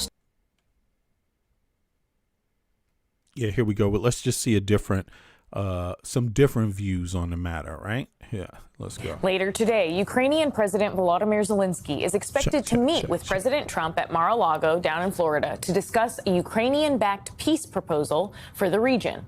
The meeting comes at a critical moment as Russia has shown no signs of de-escalation. Over the past week, Russia rejected Ukraine's proposed Christmas Day ceasefire and launched one of its largest attacks on Kyiv in months, firing more than 70 missiles and 500 drones into the Ukrainian capital. It remains to be seen whether their meeting today will be more reminiscent of the Oval Office shouting match that many of you remember in late February. It was marked by Vice President J.D. Vance's infamous outburst towards Zelensky. Or whether this meeting is going to resemble their far more cordial second meeting in August. Speaking ahead of the talks, Trump tempered expectations, saying Zelensky, quote, doesn't have anything until I approve it. So we'll see what he's got. Also adding, I think it's going to go good with him. I think it's going to go good with Putin. Adding that he expects to speak with the Russian leader soon, as much as I want. Joining us now is Elise Labott, host of Cosmopolitics on Substack, and Chris Marr, who has served as White House Deputy Press Secretary, DNC Deputy Communications Director, and Assistant Secretary of Defense for Public Affairs. Long resume there, Chris, but that's why we have you here, because this meeting today, what do you expect to come out of it between Zelensky and the President Trump? Is it going to move the needle at all? I mean, hopefully, but we're already seeing that Vladimir Putin, according to analysts, in the chat, and somebody in the chat, thanks for that. Somebody in the chat said that Poland, they said no, they don't want to be. Yeah, actually, Poland did say that they don't want to send.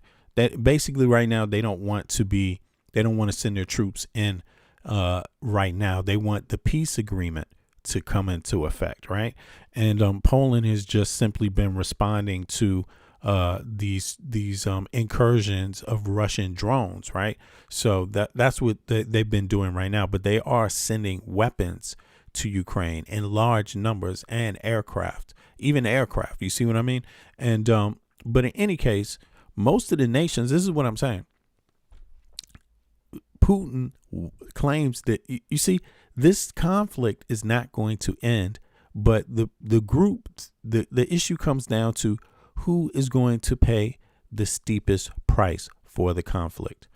Now, if this was you, if this was your country, if you were the largest nation on earth, geographical nation on earth, had 150 million people, and you're a superpower, would you think it's logical to lose 1 million of your soldiers invading Ukraine, a much smaller nation?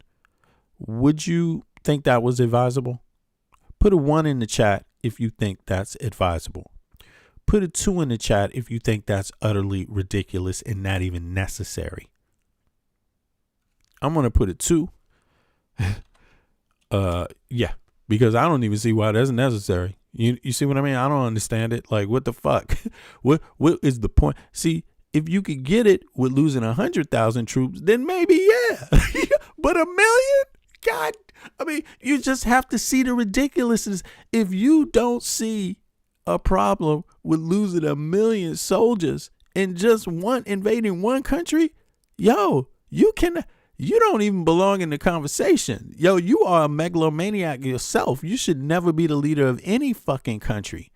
And everyone is supposed to agree that's way too fucking many deaths of soldiers. Where do you think you're going to get these soldiers from, man? Especially Russian ones. What the fuck? You're already on a population decline anyway. Now you want to lose 1 million goddamn soldiers? I mean, what the hell? Who you think going to make the babies with the ladies? You killing that many goddamn men. That's just crazy, So for 150 million people, that's Russia. Sorry, any superpower is stupid if you lose that many people. See, I'm not even saying, is it right or wrong to take Ukraine? I'm not even saying, can you take Ukraine? Is it possible? I'm saying how you did it is utterly idiotic. That's what I'm saying. And you should be saying that too. You know what I'm saying? Like, what the fuck? At the very least, I'm talking about the lowest bar. Of course it's wrong in my view. Of course, you might want to get it. There might be reasons why you might want to control Ukraine that give you some money or give you some success. Yeah, maybe that's a factor there too. But how you went about it? That shouldn't be anything anybody would want to wear on their jacket. You going to be alone in the room, man. Nobody going to sit up there. No one is going to be like, yeah, you know what? Fuck it. I'm going to send 1 million of my soldiers with you to die. You know what I'm saying? Like that just makes no sense. But, there's other ways to get the things you want. But in any case, I saw there was a couple of people that, insist they're willing to send 1 million people in to take Ukraine. That's okay that 1 million died. Trying to take a small percentage of Ukraine. It's not like they took Ukraine. That's what I'm trying to say. 1 million people should have been able to run over the whole fucking country. Like, what are you talking about? 1 million goddamn soldiers? Otherwise, why are you doing it? Like, that shit is crazy. But in any case, let's hear some more perspective. is going to reject this deal. So the question is, where do we? You heard that, right? To come out of it between Zelensky. I mean, this was the whole point. So Putin, the advantage goes to who knows what's going on. You have to understand that Putin does not want a deal on their terms. He only wants the deal on his terms.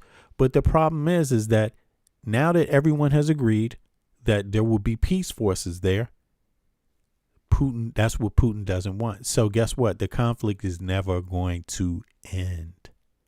It's not going to end anytime soon. And the reason why it won't end is because Putin definitely doesn't want anyone else being involved. He doesn't want anyone else being involved. Putin wants the right to start and stop a war with Ukraine anytime he motherfucking chooses, and you shouldn't say shit about it. That's how he thinks. That's how he thinks. You see? That's how he thinks. This is how he's thinking. But Ukrainians don't want to be Russians. So there's the other side of it, and people are willing to give them weapons. People are willing to give them even more than just weapons. You see what I mean? And yeah, is that a problem for Putin? Is it a problem? How many more soldiers would you, if you were Putin, how many more soldiers would you use to accomplish your mission? Would you use 1 million more? Would you use 1 million more? I mean, that would take about 2 years, right? 1 million people, 1 million more soldiers to die. How long would that take? About 2 years, right? I mean, yeah, sounds about rational to me, right? Look at the deaths that are happening by the day. Is 2 million then too much? Too many? Is that the stopping point for Putin? Or should it be 3 million? Should it be 4 million? Let me know in the chat how many lives you think Putin should risk in his endeavor in Ukraine. Let me know the number in the millions. Should it be 1 million, 2 million, 3 million, 4 million, 5 million, 6 million, 7 million, 8 million, 9 million, 10 million? Well, how many millions Russian lives is it really worth? You let me know. And the President Trump, is it going to move the needle at all? I mean, hopefully, but we're already seeing that Vladimir Putin, according to analysts, is going to reject this deal. So the question is, where do we go from here? I think the bummer all along is we have a president in President Trump who said that on day one he would put an end to this war. But half the time we can't tell whose side is he on. It should be a no-brainer that the American president is on the side of democracy and freedom and a country that. If Trump said on day one, that means he ain't interested in it at all. He doesn't care when it ends. And so, but again, that works into the vacuum, because when the EU says, okay, Trump really doesn't care, then they invest more money in weapons and military. That's what happens. That's the side effect of that. And Putin doesn't like that either. But Putin is the one that Trump prefers. I mean, Trump is the one Putin prefers. So look, this is all Putin's mess. This is all Putin's mess. And you're seeing that. I mean, you saw this. He literally sent bombs to civilian areas on the day of the peace summit, of the meeting. That's a sign that you don't want it, but he comes out on TV and says he wants it.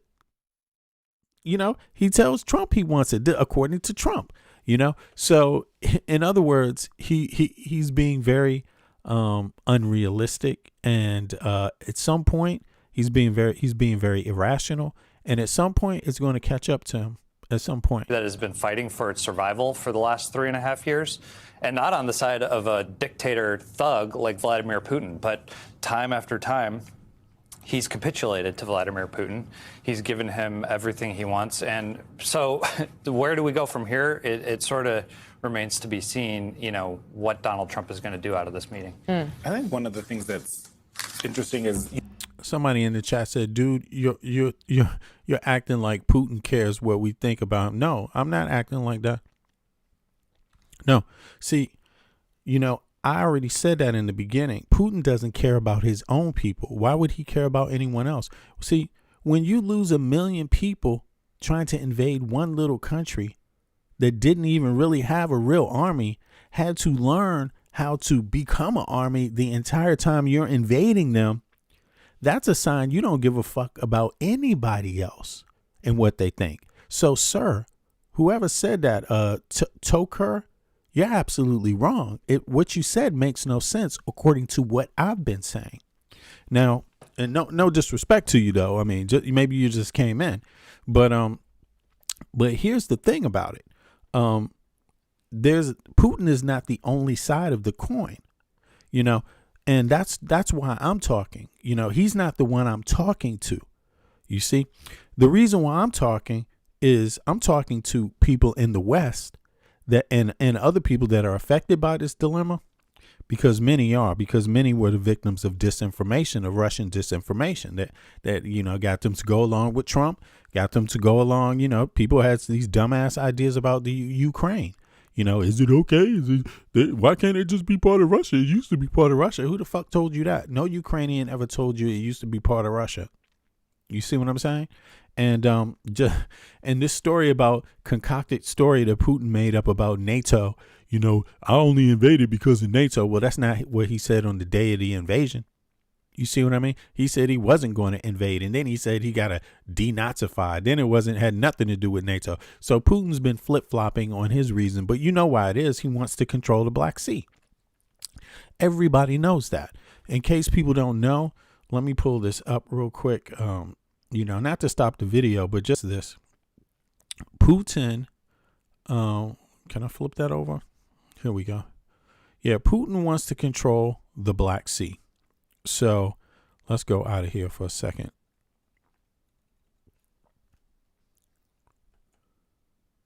I'm still in here in Michigan. 2 seconds, y'all.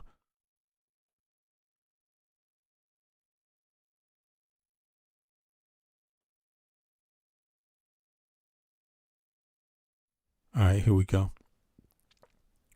So Putin wants to control the Black Sea, and so all of his targets are in the same area. You see? Here, let's see here. Black Sea. Just for people to know. Some people maybe haven't thought about it before, so some of you have.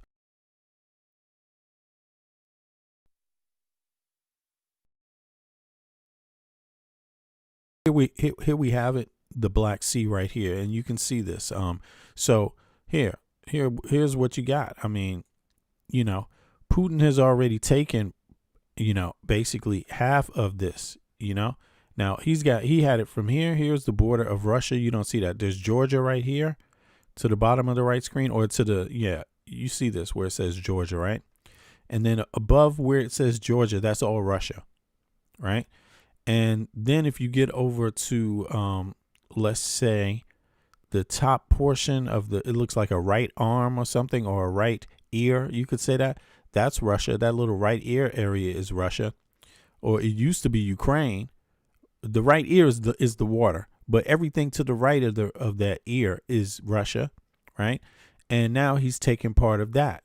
And then, of course, he has Crimea, which is this part that looks like a little nose sticking down above the label that says Black Sea, right? He's taking that. He took that before the last time he invaded. You see, so this is the second invasion. What he wants is for Ukraine to give up the rest of this area, right? And he wants it to give up Odessa, essentially. He wants to block off the Black Sea from He wants to basically take Ukraine out of the trade equation, right? Having through blocking them through the Black Sea, and anybody else, by the way, he's always been vying. Georgia also came down in this issue. A lot of countries fell part of this. This is the historic conflict here, has something to do with the Black Sea. So there's a lot of people that remember Bulgaria, right? Romania.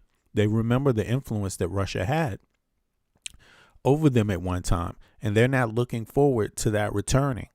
You see? So in any case, now let's just go back to this video here. Yeah, let's see. Is it here? Right. And let's hear some more about what they have to say here. Expectation setting is a normal part of these kinds of meetings, right? Like each side comes in and they tend to temper. But you have Trump saying what he said, that it's going to go good, which is not exactly how presidents usually speak, but that's fine. But then you also have Vance saying this week that he has no confidence Ukraine and Russia will reach a peace deal. This is from Politico. We're going to keep on trying to negotiate, and I think that we've made progress. But sitting here today, I wouldn't say with confidence that we're going to get to a peaceful resolution. When you have this much of kind of all over the place expectation setting,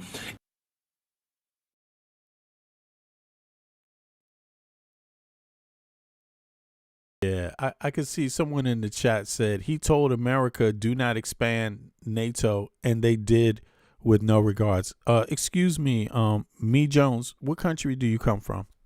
What country do you live in? What's your citizenship? What's your nationality, Me Jones? I'm just curious. Are you Russian?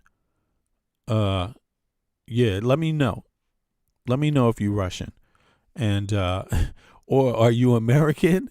What are you? I don't know. You know, this is the interesting thought. He told America, do not expand. Who is America? America is a continent. You mean the United States of America? Is that what you mean? But the United States of America is only one nation in NATO. They don't decide on their own, you know. But in any case, Ukraine is not a NATO nation. And secondly, no matter what, you know, I'm curious about knowing where that person's country is, because I want to go tell that person, the leader of their country, what to do. I want to just say, yeah, I told you you can't do this, and so therefore you ain't going to do it, because I'm telling you and everyone in your country, you better listen to me, the president of another country. Your country ain't shit. I mean, I'm looking to tell Me Jones that once I find out what country he comes from. Me Jones 5406. America, Putin told America not to expand NATO. What the fuck that got to do with Ukraine? Ukraine's not a NATO nation. So there you have it. There you have it, buddy. So it appears that he invaded a non-NATO nation, because had it been a NATO nation, other NATO nations would have been obligated to take military action against you. You see what I'm saying? So in any case, let's hear some more. Well, as a matter of fact, let's go to the next one. Let's see. I just want to go through this legacy media and a few channels to see what their commentary was real quick, and then get right into the actual meeting itself, which wasn't long. I heard Trump kicked out the actual press from the meeting. You know, that was kind of rude, but let's get to it. Volodymyr Zelensky is holding talks in Florida with U.S. President Donald Trump this hour. The two leaders are discussing ways to end the war with Russia at Trump's Mar-a-Lago estate. Prior to the meeting, Trump had what he called a productive telephone call with Russia's Vladimir Putin.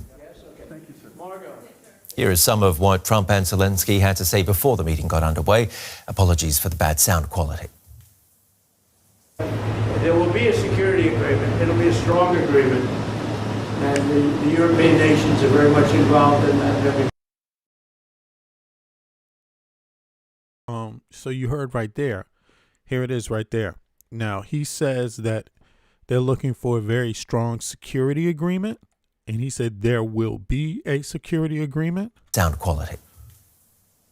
There will be a security agreement. It'll be a strong agreement. Yeah, there will be a security agreement. There will be a strong agreement. And the European nations are very much involved in that. And the European nations are very much involved in that. So, is that what Putin wants? Put a 1 in the chat if Putin wants that. Put a 2 in the chat if Putin does not want that. I hope you understand the question. Let me play it back. At sound quality. There will be a security agreement. It'll be a strong agreement. And the European nations are very much involved in that. Does Putin want that? Or does Putin not want that? Put a 1 in the chat if Putin wants that. Put a 2 in the chat if Putin does not want that. So he doesn't want that. So they're already started on this, and Trump is giving mixed signals. And this is the thing. See, that's the thing. Trump, again, he's a narcissist. He's trying to save face. But Putin does the same thing. Putin flip-flops. Look, Putin flip-flopped his way into Ukraine. First it was NATO. Then it was he had to denazify. First it was NATO. Then it was you're crazy. We're not invading. We're just sending 100,000 troops up to the border. And then it was we're invading, but we're just going to denazify. So Putin flip-flopped too. You see what I'm saying? So this is, again, the same type of behavior that you could expect from a narcissist, because a narcissist doesn't want to get enclosed. They don't want to get trapped in. They don't want to get cornered in. But they often, due to them wanting their own way and no one else being able to reason with them, they often corner themselves. Like, here.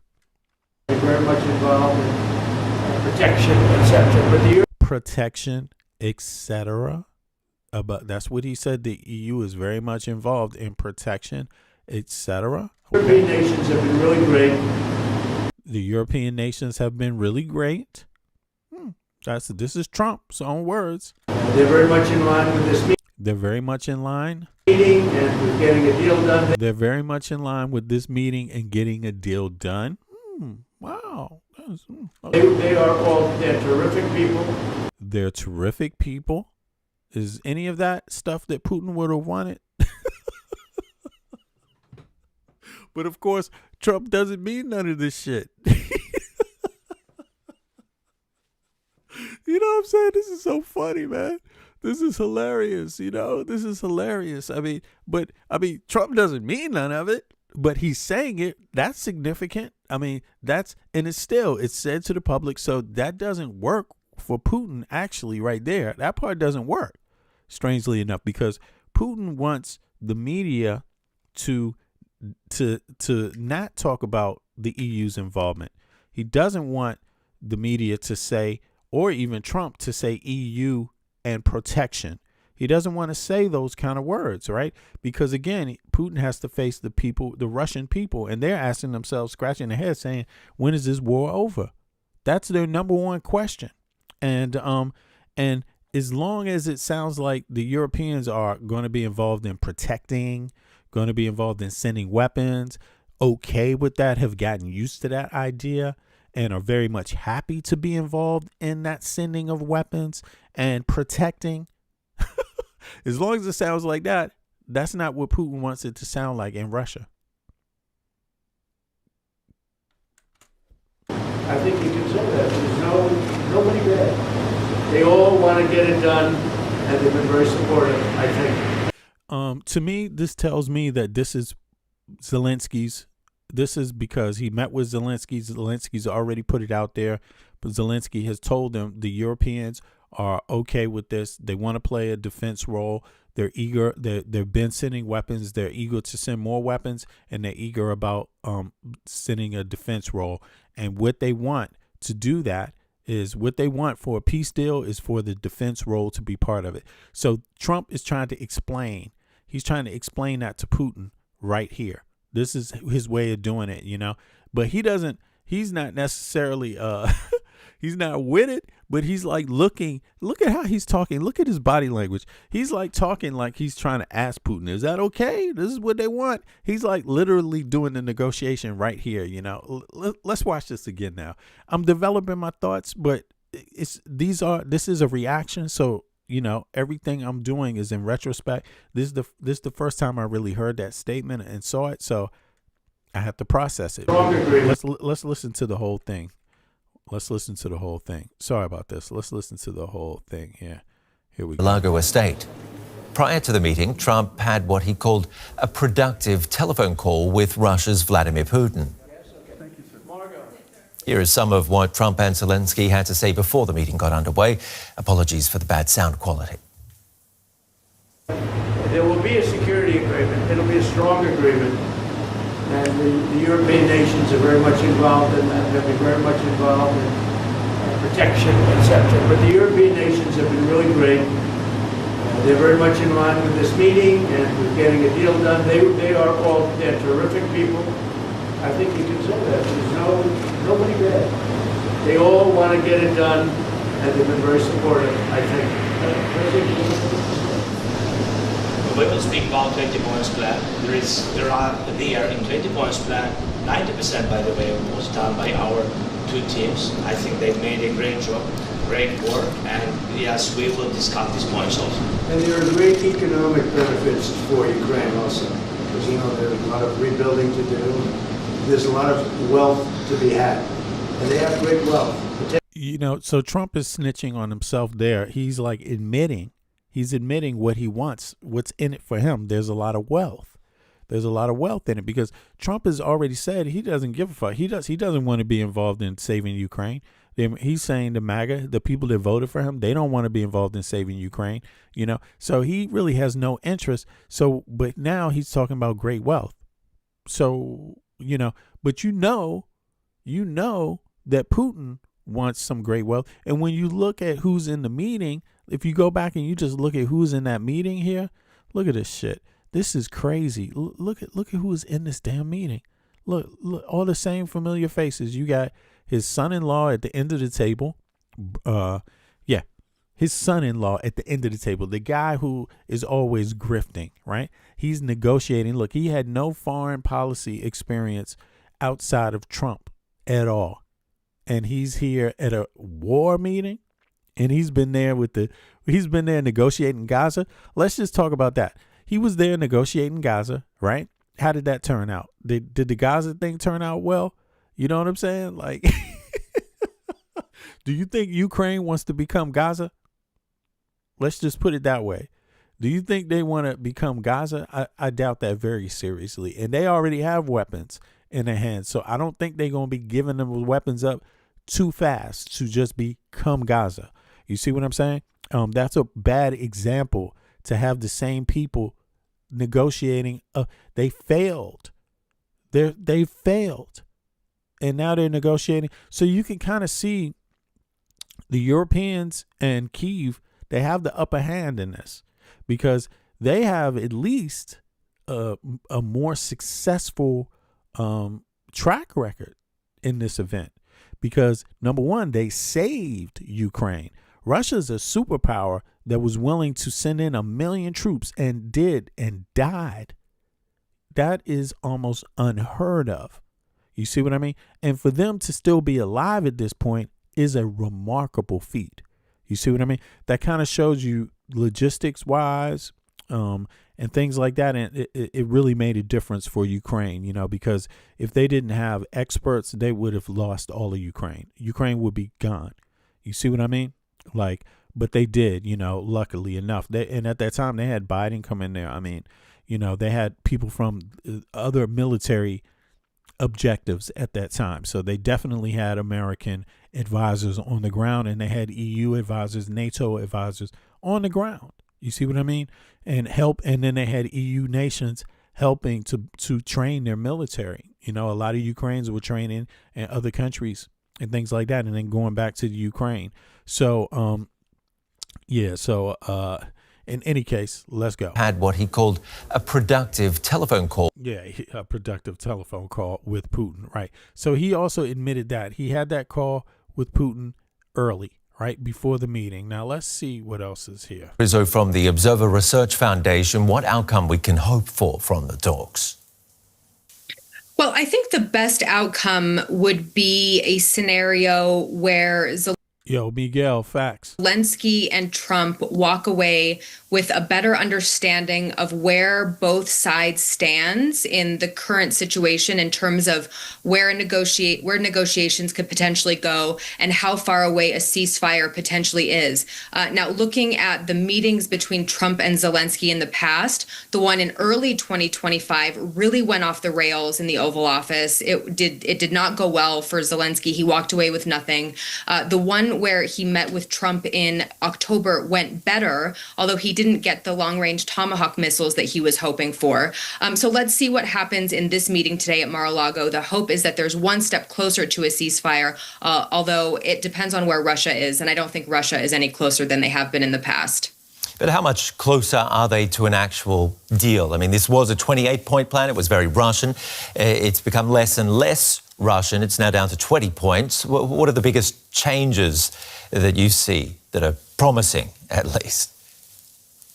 I mean, I think the biggest changes that I've seen are, looking at, territorial integrity is the big one here, right? So Russia has made pretty impressive gains over the eastern Donbas region. Ukraine still holds about 20% of it. So the big question is Ukraine going to be willing to make some territorial concessions? That's been a major sticking point. And it seems like they are willing to do that at this point. Another big question, I think, is control over the Zaporizhia nuclear power plant, of course. Also, bilateral security guarantees for Ukraine, Article 5 NATO level or NATO modeled security guarantees coming from the United States and Europe as well. Although Putin has made it clear he is not okay with any European troops on Ukrainian territory. So again, there's still major sticking points. We're making slow progress, but I still think a real ceasefire is still a ways away. And what do you think about this point? Yeah, so, you know, Putin wants what he wants. You know, the ego is there. He already has gotten some territory, and it looks like Ukraine is making more concessions, or at least in the negotiations. Who knows if that happens, right? You give to get something, right? But it doesn't appear like it's going to happen. And I mean, it didn't happen the last time. It didn't happen the time before. You know, this meeting is almost happening exactly the same as all the other meetings. So I wouldn't myself expect the outcome to be different. But the thing about it is that, again, think about this down the line again. And I saw, you know, somebody's in the chat constantly that they support Russia, right? But listen, it's okay. Even if you support Russia, I have a couple of questions for you, which I didn't see get answered. Here's the question. How many more lives is it worth? How many more Russian lives invading Ukraine is okay for you? Is it 1 more million? Is it 2 more million? Is it 3 more million? Just put a 1, 2, or 3, or 4, or 5 in the chat if those numbers are okay for you, because so far it's been 1 million. And let's think a year down the line. You see what I mean? That's what you do when you negotiate. You don't always negotiate about what it is right now. You say, okay, well then let's wait. Let's wait and see how that feels in a year. What that feels like for you. See if you're willing to negotiate. A longer war requires logistics. It requires money. It requires deaths and lives. You have to send lives out there. You got to put and at the rate Russian soldiers are dying, what the fuck? What the fuck? Like, at the rate, who again, what's the point? What is the point? So is the point literally that you want more? Okay. I don't see anybody say how many more lives could be done, could be used. That's if you support Russia. If you support Russia, how many more lives do you think Putin should put on the line? Should it be 1 million? Should it be 2 million? Should it be 3 million? Should it be 4 million? Should it be 5 million? Put a 1, 2, 3, 4, or 5, or a 0 if you think it should be 0. Put a number in the chat so I can know what it's worth to you. What you think Putin's move should be. I mean, because he's already wasted 1 million. That's how many years? 2 years? yeah. I guess folks don't want to put their lives in. Don't think Putin should put any more lives out of. You know what I mean? Me myself, I think it's a lost cause. But I'm just curious. I'm not a Putin supporter, so I'm not one that agrees with him. I think he's going to lose that. I don't think he's going to gain much. So I don't think it's in his favor to not make a deal. But then again, he's a narcissist and is irrational. So it doesn't matter to him. He's willing, in my view, he is willing to send as many, as long as the people of Russia are okay with their sons dying, he's going to do it. That's what I think. About Ukraine not being able to join NATO, but having some sort of security guarantees that mirror the benefits of being part of the alliance. I mean, I think this is a pretty good outcome for Ukraine. As someone, I've watched the NATO enlargement debate for years at this point. And of course, there is an open door policy for NATO membership, although it was. Yeah, Slava Ukraine. I don't think the Ukrainians are. To be honest with you, I think outside of the fact that they've had to lose many lives fighting for their country, Outside of that fact, I don't think Ukrainians are interested in. I don't think they're scared of Russians. Just to be quite frank with you, and I think if they had more support, they would be doing a lot more damage to Russia if they had more support. But again, they didn't start the war, and they didn't really have a standing army when Putin's aggression started. They had to learn and be trained while being attacked, while building up their army. So I give Ukraine a lot of credit, but they have had to sustain some lives. But again, fighting for your country is worth it. That's what I would think. I mean, it's just the bottom line. And Russians are not fighting for their country. That's just what it is. They're not fighting for their country right now. They're fighting to invade another country, another people that don't want you. So I just don't think Ukrainians are going. I don't think they lost this many lives to just give up. I think that's what it is, and to give Putin everything he wants. I think they do want security guarantees, and they're interested in peace. They do want to stop, so they're willing to give up something for security guarantees, but they ain't going to give up all the things that Putin wants. Putin wants no security guarantees. He wants any other troops on the ground, basically so that he can invade again after a year. And this is what the Ukrainians know. So, making a deal and accepting a deal with Putin right now only is going to mean in 1 year from now, you will be invaded again. So it's not in their interest to stop if they want to stay alive. It's not in their interest to not fight Russia right now. That's what I think personally, Never guaranteed or even agreed upon by members on whether or not Ukraine should ever be a member. It was a major sticking point for the alliance as well, not just for Ukraine, not just. No. Takor said they have had as much support as possible. Well, they got the support that was possible. Yeah, in the situation that they were in, I don't think people were preparing for Russia to invade Ukraine, right? I don't think EU countries were preparing for that. So, and they definitely didn't have the weapons caches stored up. So, but they're working on that right now. And, but ultimately, I don't think it's a matter of Ukraine getting help. Russia got help too. Russia is a superpower. And it got help from China. It got help from goddamn North Korea. What the fuck is up with that? So, Ukraine, in your view, may have got all the help that was possible, but so did Russia. Russia got a lot of help. Russia got help from another superpower, right? And they got help from one of its despots, that superpower's despot, which is North Korea. Right. So they got help. They wouldn't be in this fight right now if they didn't get help. Russia would not be. So, otherwise, why'd they accept the help if they could do it by themselves? For Russia. And so I think that keeping that door open for Ukraine was actually creating more tension for the country as time went on. So I think if NATO is off the table, having bilateral security guarantees that look. Yeah, they bought heaps of drones from Iran. Again, I just want to say something to everybody here. Listen, a sign of good character, right, is just admit when you're wrong. No need to take something past the point where it just doesn't make any sense anymore. Again, whether you agree or don't agree, whether you're pro-Putin or not, or pro-Ukraine, pro-U.S., pro-Russia, pro-Iran, pro-whatever, China, pro-anything. I don't care what it is.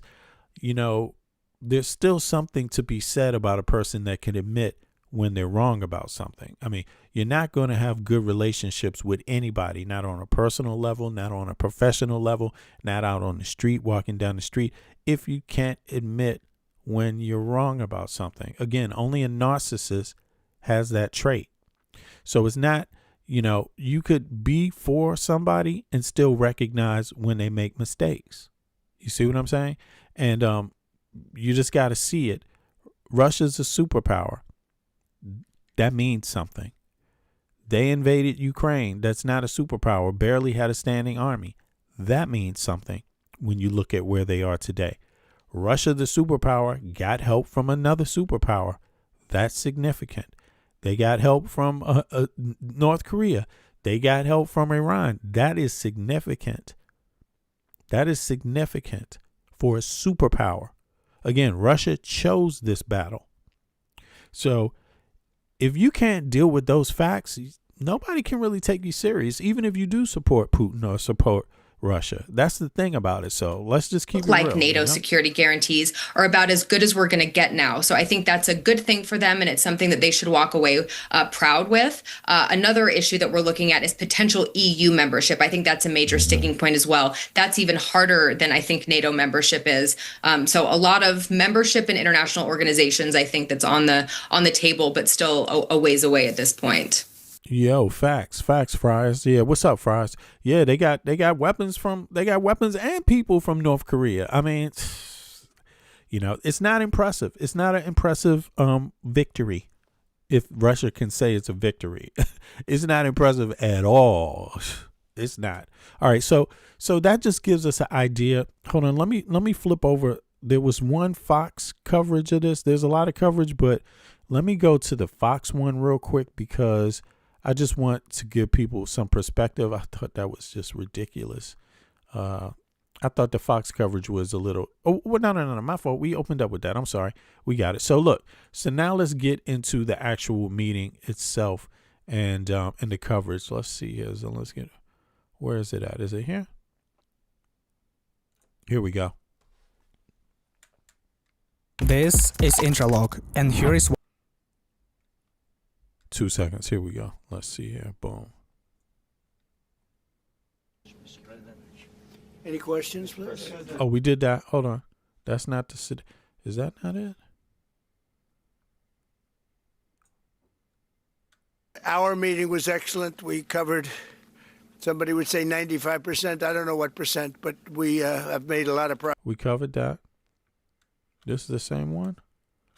So you have received written or any formal response from them? Well, what was the issue? You have to tell me. What did they say? So they are telling that Ukraine has to give up Donbass. Just okay. Here we go. Let's get into that part right there. Written or any formal. A lot closer. That's a very tough issue, but one that I think will get resolved. Yeah, please. We are receiving some mixed signals coming from Moscow, even after you spoke with President Putin.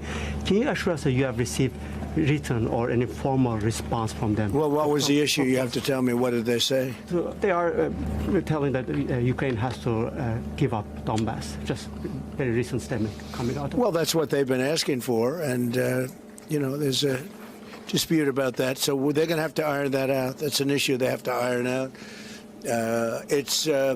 But I think it's moving in the right direction.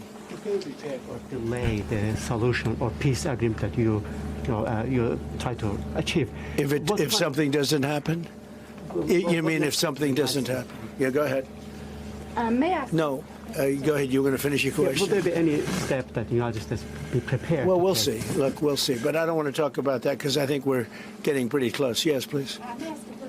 Please.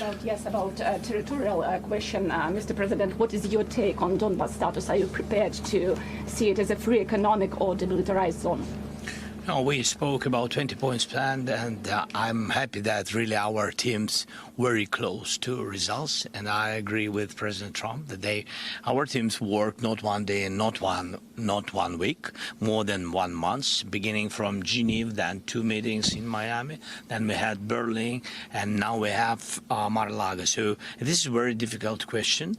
You know our position, so it's, we have to respect our law and our people, and we respect the territory which we control. And of course, our attitude is very clear. That's why President Trump said this is a very tough question. And of course, we have with Russians different positions on it. Have you discussed referendum about? No, when we speak about referendum, we spoke that it's one of the key. We can have referendum on any kind of points of this plan. I said that we can use referendum like for the plan, or we cannot use referendum. It's one of the key. We can use, this possibility of parliament to vote according to the law or to have referendum. It doesn't matter. This referendum, if the plan will be very difficult for our society, very difficult, of course our society has to choose and has to vote, because it's their land, the land not of one person, it's the land of our nation for a lot of generations. They'll probably have to get their plan approved by Parliament or by referendum of the people. You would think that they want, I know they had a poll that it's 91% in favor of ending this war, so they want to end it. Sometimes I just have to wonder. I'm listening to Trump. Somebody asked him, "Am I for a peace deal?" Yeah, I'm for any. Listen to me. I'm for any deal that Ukraine works out for itself. I'm pro-Ukrainian, and I'm totally against what Putin did.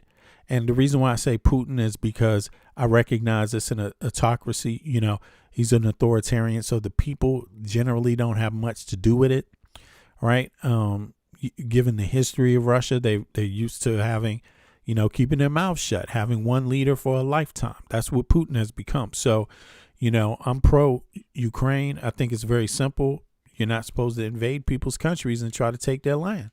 And that's what Putin has done.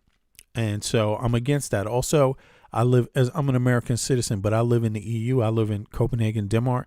So I'm also like, yo, what the fuck? Nobody wants Putin trying to attack Denmark, for example. I'm totally against that. And,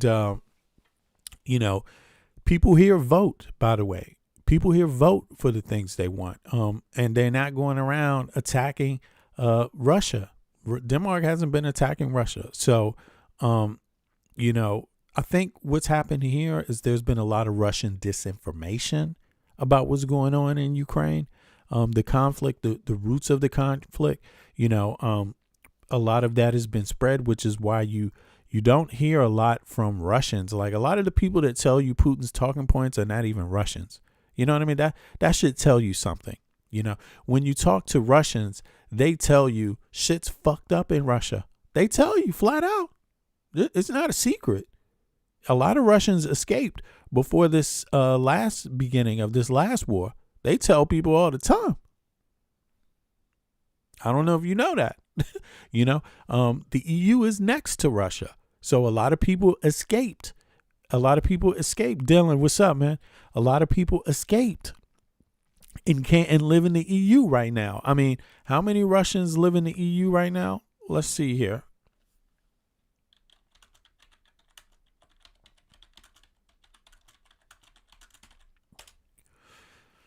Let's see.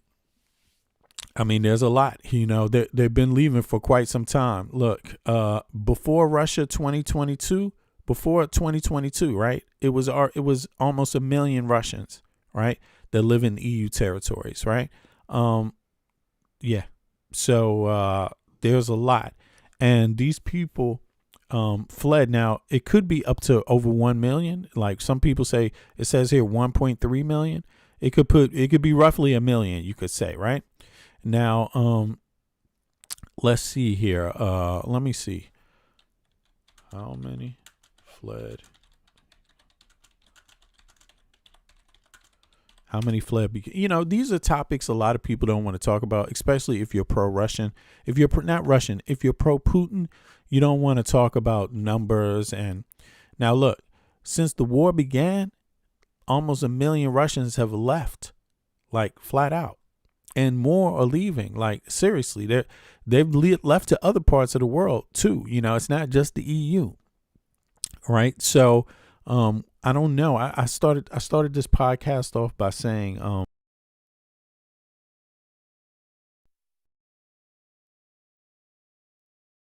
hold on, 1 second.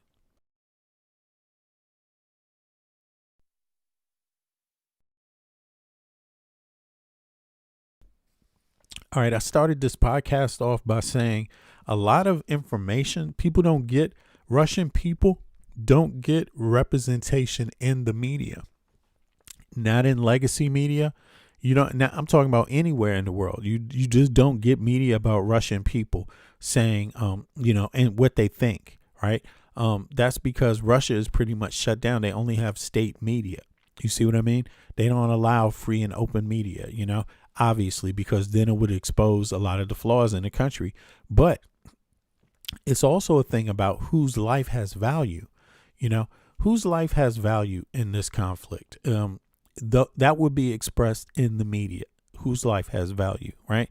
And so typically legacy media is not pushing to really, you know, cover this. You know, you would see, you see a lot of other things going on, and you get a lot of other information. But look, the idea about 1 million Russians dying in war, legacy media talks about it, but it's not, you know, it's a situation where if it's okay for Russia and Russians don't grieve over it in Russia, then it doesn't get any media attention, right?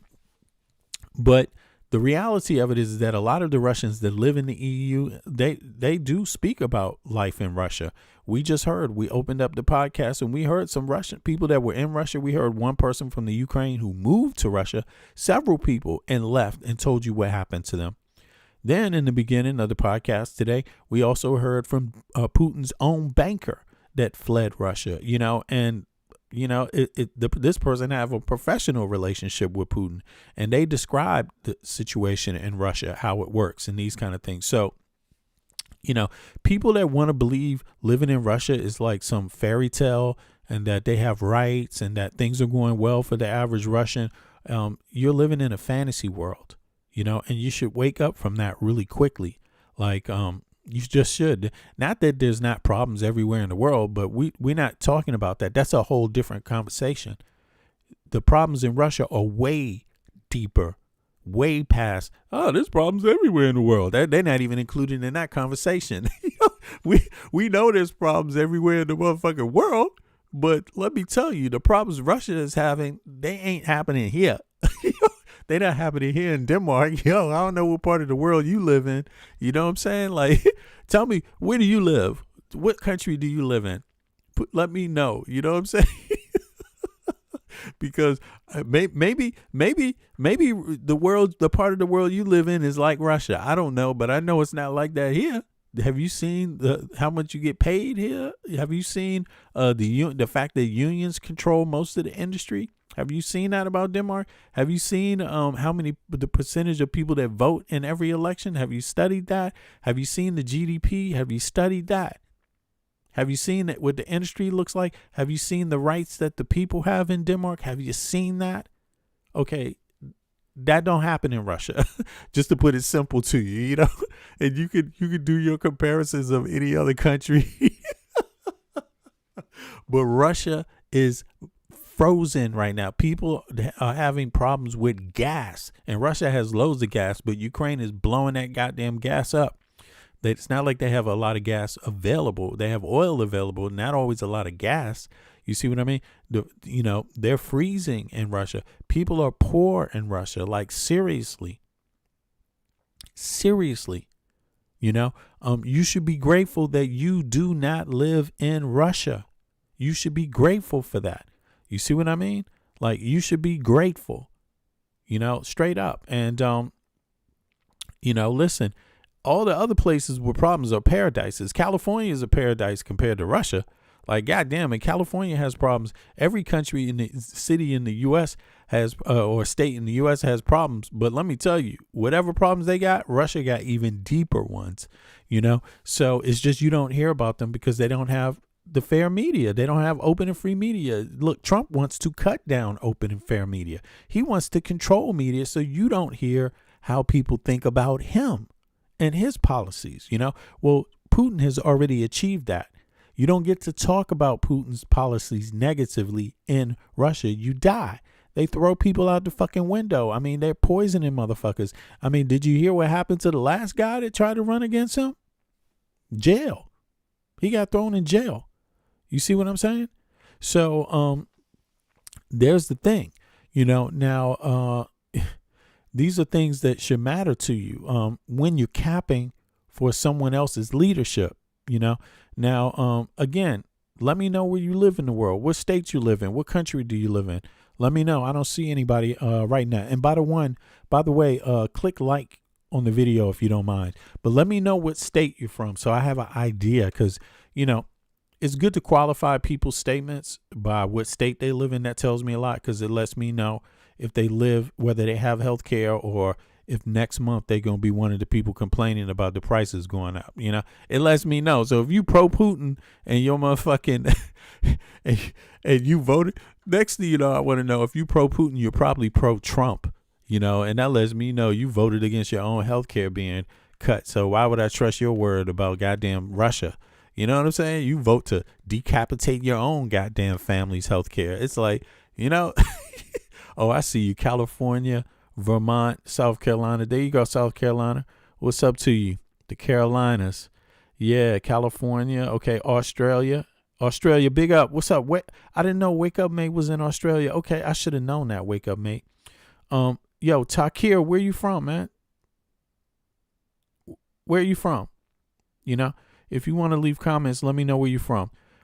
Finland, yo, Findan Dandy, yo, UK. Okay, there you go. SC voted for Kamala Harris. They got some damn sense. You know what I'm saying? I mean, it's not Kamala Harris taking their health care. You see what I mean? It's like Kamala Harris didn't ask Elon Musk, the guy with 3 citizenships, to go raid the Treasury Department and raid, you know, it's like, come on, man. You know, she ain't in the Epstein files. Germany. What's up, Germany? There you go. Okay, Tokyo. Okay, Ella, I see you. Thanks for showing up too. Tokyo. There you go. All right, that's Minnesota. Okay, Lynn. Okay. Yeah, it's a good diverse audience here. I'm glad to have that, you know, because it matters. Because listen, we may live in different countries, but our voices matter right now, because what's going on in these places, it does affect our lives. You see what I mean? And with the level of disinformation and the algorithms, and this is how Putin is fighting his war. This is how Trump is fighting his war, through spreading lies, through convincing people of things that aren't real so they can have a particular political view, you know, and they use that tactic to get a lot of people to recite dumb shit that doesn't exist about Ukraine over and over and over and over and over, through using trolls and things like that. So, yeah, real people outrank and out Trump trolls. So we need to get our conversation out there, you know, and let people hear it. Philly, what's up? We need to get our conversation out there and let people hear our voices, so they stop taking over this algorithm and they can hear. And that's the reason why I'm speaking up. You see what I mean? Because I'm actually a real person, you know, and I'm not going to just be trolling and shit. I'm going to let you know I exist for real, where I live, what I'm doing. I'm going to give you qualified information behind my political assessments. And yeah, and so there you have it. Now, nobody's here from Russia, so why the fuck are there so many people capping for a despot like Putin? I mean, what is this? You know, that one person said, I live in Russia. What the fuck? You see what I'm saying? Like, anyway, yeah. Okay. Well, we heard from some Russians, and that's good and dandy. Now, let me flip the script here. I mean, hold on. Let me see here. What else did we got? We got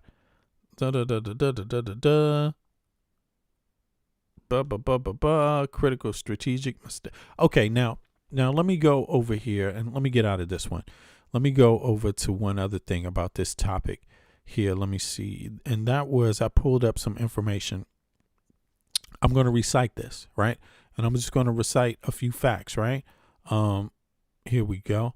Now, involving this, let's see here. Vladimir Putin, just to close this little segment out, Vladimir Putin is not projecting strength. He's not. He's projecting more so weakness, because he's very erratic and very extreme with his actions, almost like he doesn't feel like he'll be noticed or taken serious if he doesn't do things that are extreme.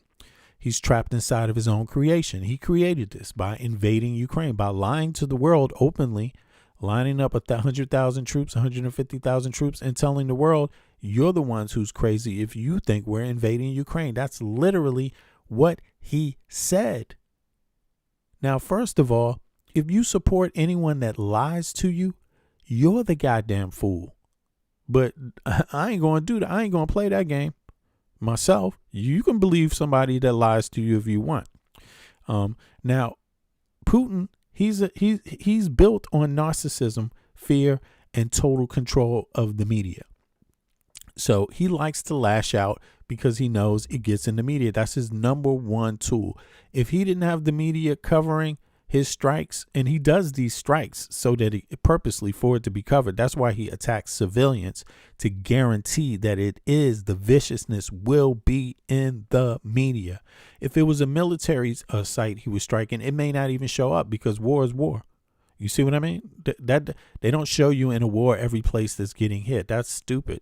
That doesn't make sense. And also on top of that, that goes against military strategy, right? So you won't see a lot of that. But this one thing about, hitting civilians, you will see. So that's his way of, implementing, putting his name into the picture in the media right at that specific time, right? So he's in a situation, however, where backing down isn't allowed, and so escalation becomes his only option because he feels like if he backs down, he looks weak. It's just that simple.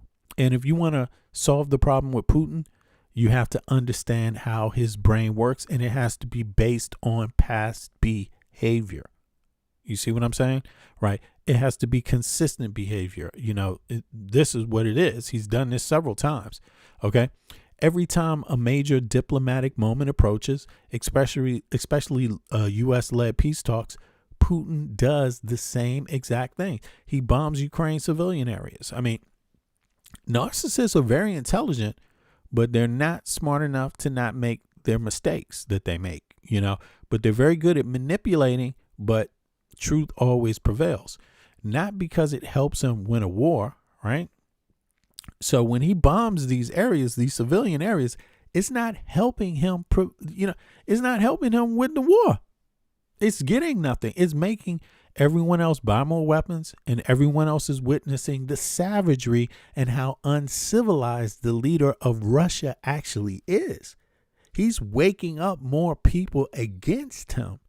He's even going to make China at some point abandon him straight up, because China wants to make other roads. And if they're supporting despots like Putin, it's going to affect them too. Nobody wants to live under that thumb, wants to live under a stick. And if you have the ability to buy weapons and to make sure that you will never live under that stick, that's what your option will be. You will do it if you're an industrialized nation or an industrialized region that's organized like the EU is, 450 million people. That's more manpower than Russia and the US. So they're capable, and they have money. They're the second largest GDP in the world.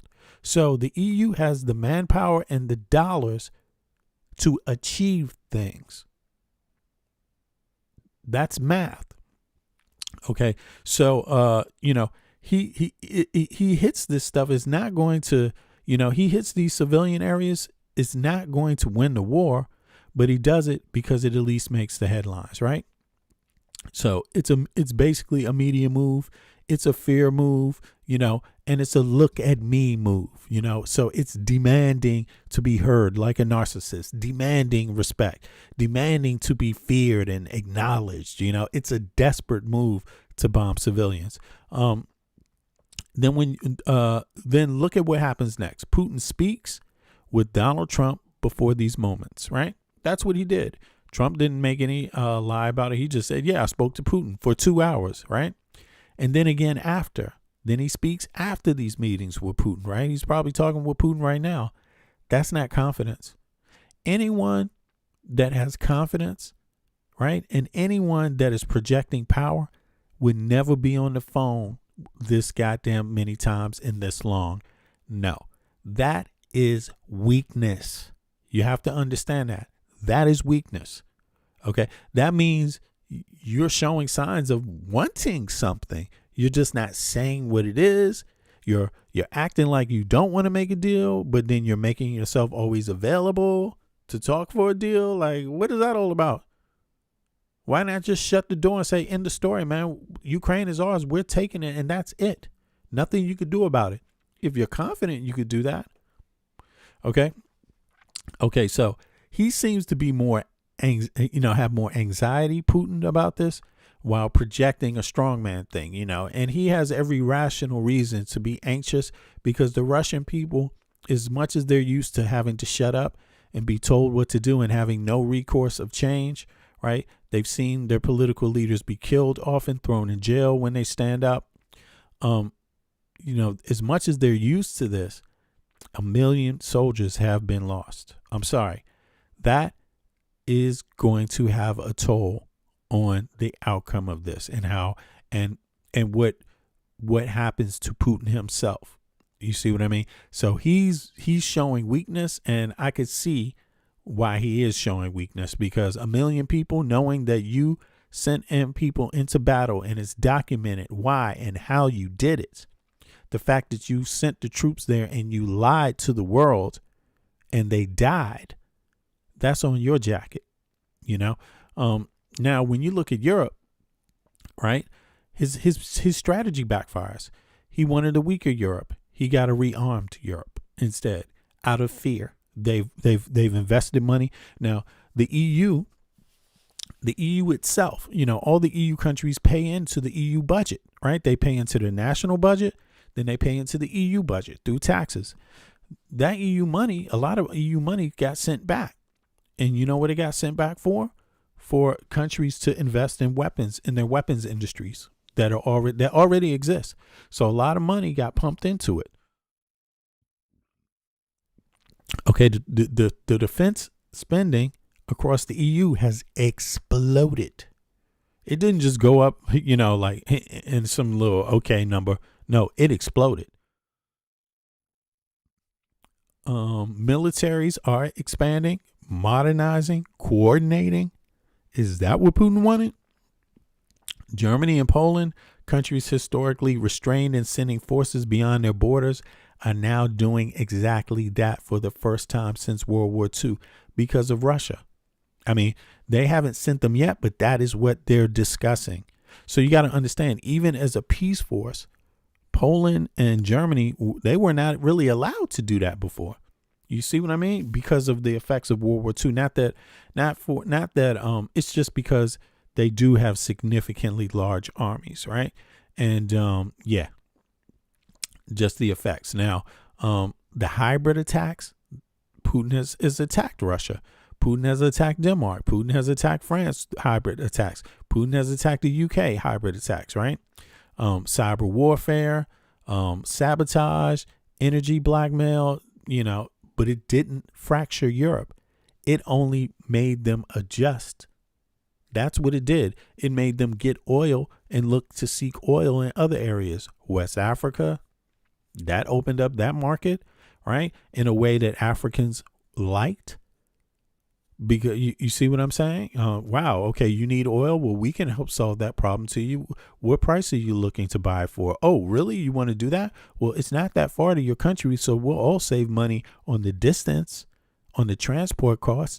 Why don't we make a deal? I think we easily make a deal.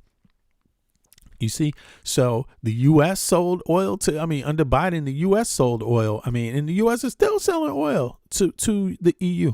You see what I mean? And gas, Let me see. Yeah. So that's when you lose 1 million people on the battlefield, that's not dominance. That's exposure.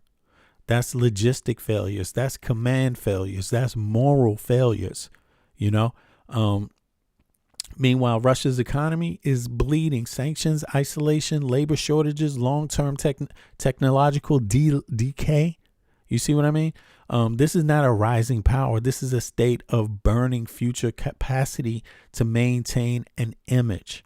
That's what Putin is involved in right now. So when Putin escalates, when he bombs civilians, when he threatens Europe, understand what you're really seeing. It's not strength. It's fear.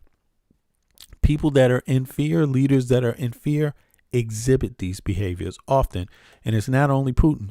I mean, Saddam Hussein, of course, Iraq wasn't a superpower, but Saddam Hussein, he experienced the same things. You hear him say some erratic shit from time to time. And yeah, he was, it worked to some degree, but then it totally, caved in, Yeah, let me see here. So when he projects this fear against Europe and the Ukraine, when he has this whole conversation about Ukraine can't do this and Ukraine can't do that, is that strength or is that fear?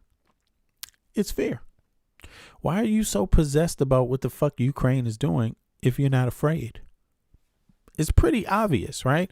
But he started off saying he was afraid, but then he realized, wait a second, that's not a good promotion tool. So let me say that, let me pretend like I'm the strong man, but he can't figure out which one he is. He can't figure out if he's afraid of NATO or that sounds too bad. And now he's going to tell NATO what to do. So Putin is kind of trapped, and I myself do not believe is going to go anywhere. I don't believe it's going to go anywhere. I don't think it's possible. I think they're stuck in this cycle, and it's going to take a little more time, maybe another year. Maybe next year, this time, we'll be having the same conversation about Putin. Maybe they would have lost, Russia or Ukraine will have lost more soldiers, obviously. But I think, Russia is losing more soldiers this morning with President Trump in each conflict, that they're having. They're losing on average more soldiers than Ukraine. So you have to see, this is not something, if the fight continues, it's not really something Ukraine could say they're not interested in. And that's the problem for, I think, Russia. When you look at it, he's supposed to be doing things that make them not see success in fighting him. But what he's shown is that they can actually achieve great victories if they just have the necessary support. And the EU has shown time and time again that it's willing to do that. It recognizes Russia as a threat. So it would rather support Ukraine than anything else, at least for starters. The most rational thing that the EU can do is support Ukraine right now. So that seems like what they've agreed to do, all in all. So on that note, let me see here. Let me look at the chat and then see what folks are saying here. Oh, I can stand. The chat is rolling, y'all. I hope you all click the like button. I can't even see it. It's moving too fast. Hold on. Okay, 4 years later. Okay, let me go back. 4 years later, 3-day war. Like China. China's very pro polar world. I mean,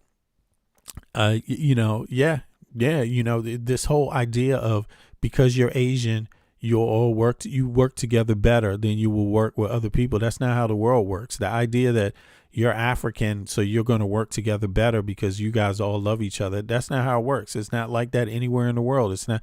So we have to understand that it doesn't work that way. And if it did work that way, it would be nice if people did that voluntarily, right? If that's how you want to do it, you do it. But that's not how the world works out. You see different, let's say, for an example, Europeans can typically look a certain way. Not all Europeans, but many typically can look a certain way.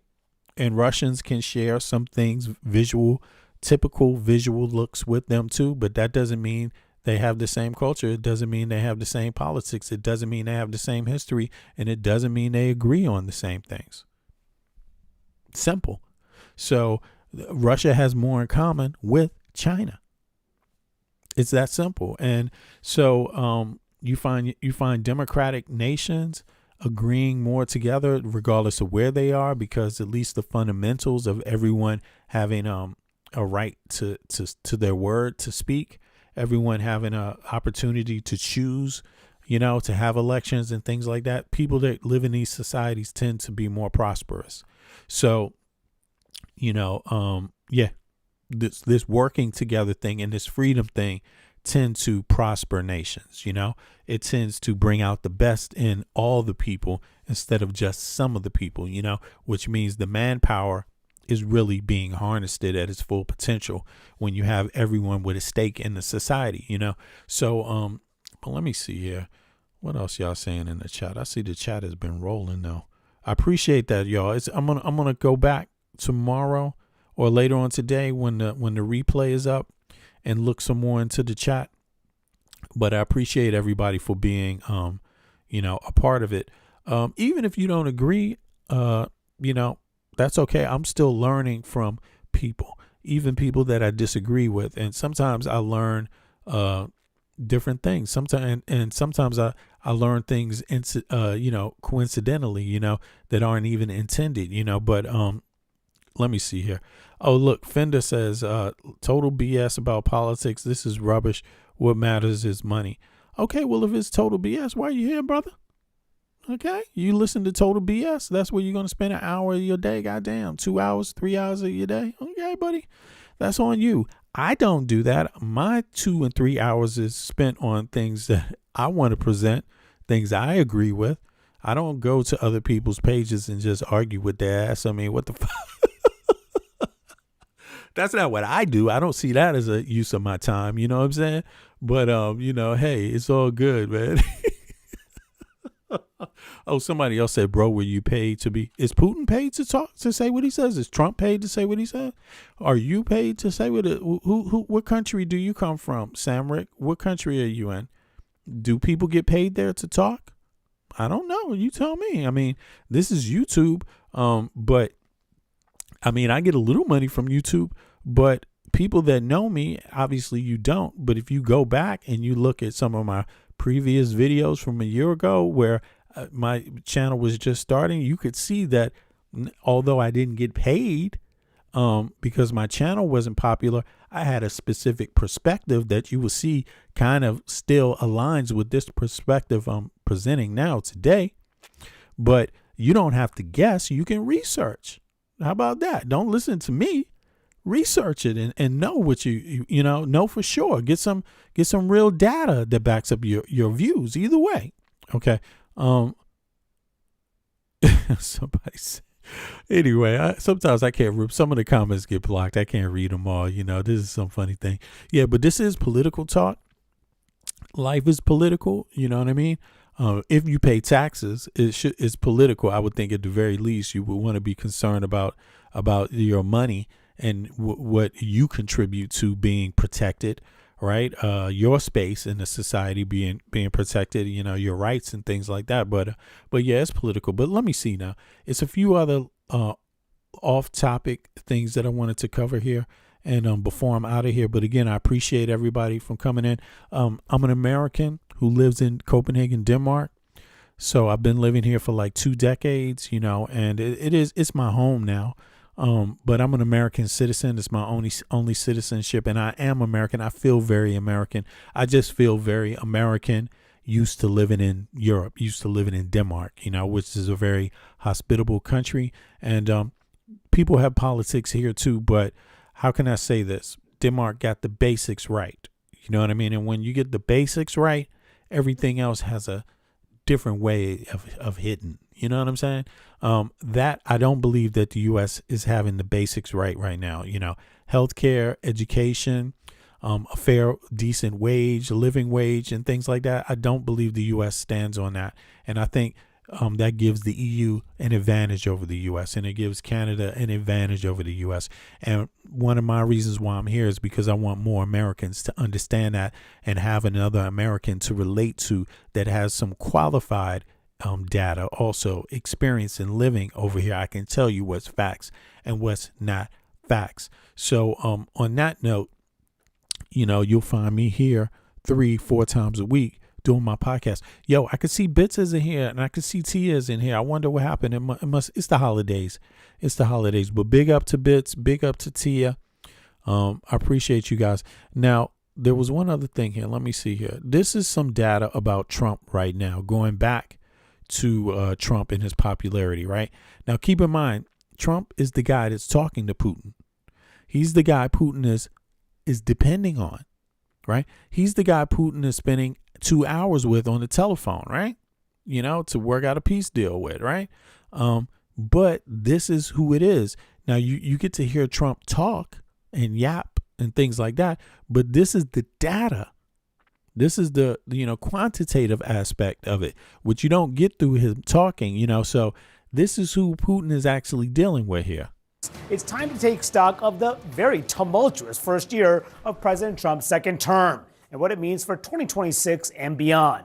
Trump has transformed the country in countless, often unprecedented ways by barreling through boundaries and at times ignoring the limits of the law, slashing the federal government, issuing sweeping tariffs and sparking a global trade war, cracking down on immigration. Now this is the thing. Does Putin like the trade war? Does he like the trade war? I mean, I think he probably does like the trade war, right? He does like the trade war. I mean, and that's another interesting thing, but it's not all good. In targeting political enemies and so much more.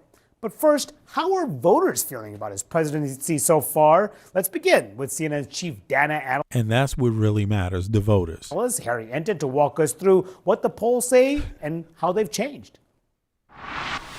Hey, Manu, look, 2025 was not exactly the best year for the President of the United States. He started off in pretty gosh darn good territory, right? Trump's net approval rating in January, he was 6 points above water, pretty much above where he was during his entire first term in office. But look what happens come December. 12 points underwater, way, way down there. That is an 18-point decline during the course of the year. Now, what has driven Donald Trump's decline in his net approval rating? Well, it's independents. That is the name of the game, baby. Look, in January, Donald Trump's net approval rating among independents was about even, -1 point. Not too hot to trot, but not too bad either. Now, whoosh, we're talking about 43 points underwater come December. That is a decline of 42 points. Right. So that means, everyone that's dealing with Trump on an international level knows that he's not popular at home. Right. So depending on him is probably going to be less likely as time continues to go on, because look how bad it is for Trump right now. I mean, people in the U.S. are not happy with Trump at all. And so these negotiations, it makes you wonder, why is Trump even mixed up in the Ukraine situation? It kind of makes it very, very obvious that he's only in it for his own private interests, nothing else at all, because the American people, whether they like Ukraine or not, whether they support Ukraine or don't support Ukraine, they're like, Trump, can you get some of this shit at home working? Like, all Americans are like really begging Trump to do something at home. And he's here meeting with Zelensky, and he doesn't even sound like he's interested. He doesn't even sound like he cares about it. It's like, but he's spending time on it. It makes you really wonder. I mean, is it the Epstein files? Is it, what is it exactly? But these are the numbers that are being reported. And by the way, Fox News is not capping for Trump anymore. They're reporting similar numbers, It's on his net approval rating. Donald Trump is hanging out with Jacques Cousteau. That is how far underwater Donald Trump is with independents at this point. Now, what issues are driving this decline in Trump's approval rating, his net approval rating? Well, let's look at two of the key issues, right? The economy, the reason that Donald Trump was elected to a second term back in January, he was in pretty good shape at +9 points on the net approval rating. But look, come December, 16 points underwater. That is a decline, doing the math quickly here, of 25 points for Donald Trump on the key issue of the day, the economy, the reason he got a second term. And then, of course, immigration, which Donald Trump has really focused in on during his second term in office, something he has been focusing on since he first ran for the presidency all the way back in 2015. Well, in January, he was 9 points above water on the issue. Now he's 6 points below water on the issue. So on the key issues of the economy, inflation, going in the wrong direction for Donald Trump. Now, there is a bit of good news, or at least some solace that Donald Trump can take when you compare him to other 21st century presidents at this point in their second term. Look at their net approval rating. Trump is 12 points underwater, but Barack Obama right nearby at 11 points underwater. George W. Bush also right nearby at 10 points underwater. So you see this, hey, Trump isn't doing so bad, but here's the key nugget to keep in mind. Their parties, Barack Obama's and George W. Bush, both suffered major losses come the midterm elections in their second term. Why?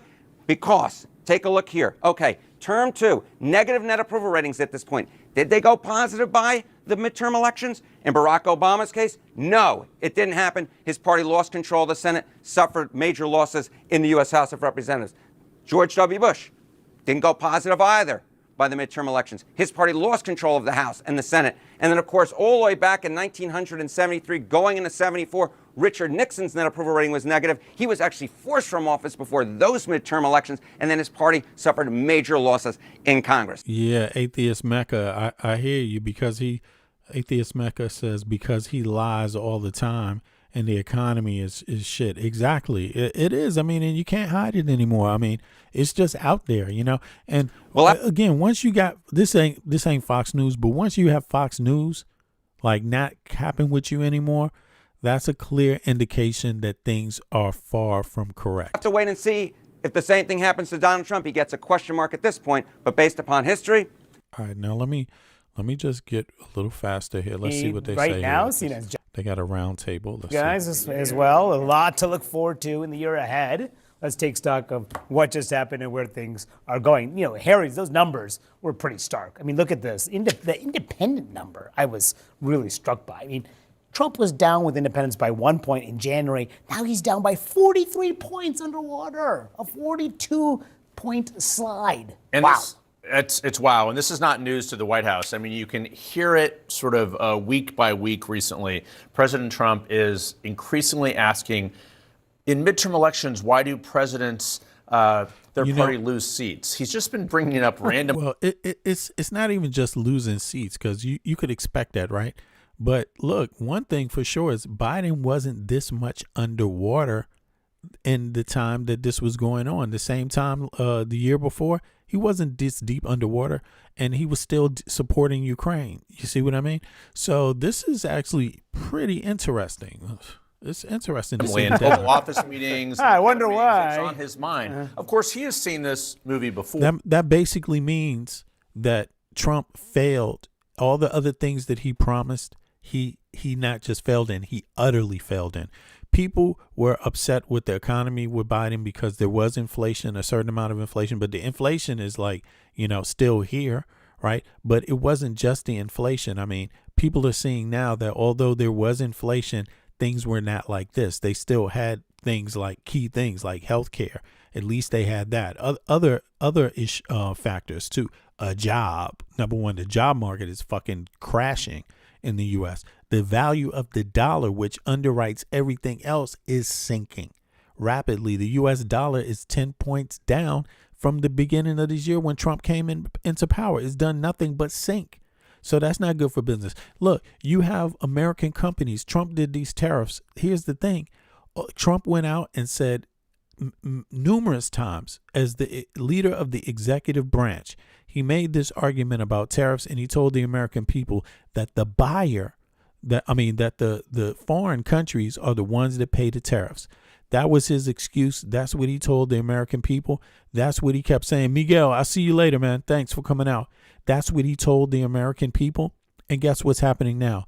American companies are suing the U.S. government for the tariffs because of those very words that Trump said. Trump said the foreign countries pay the tariffs, and these people, these American companies, it's like over 30 are suing the U.S. government saying that we had to pay the tariffs, and Trump promised us that it was the foreign countries.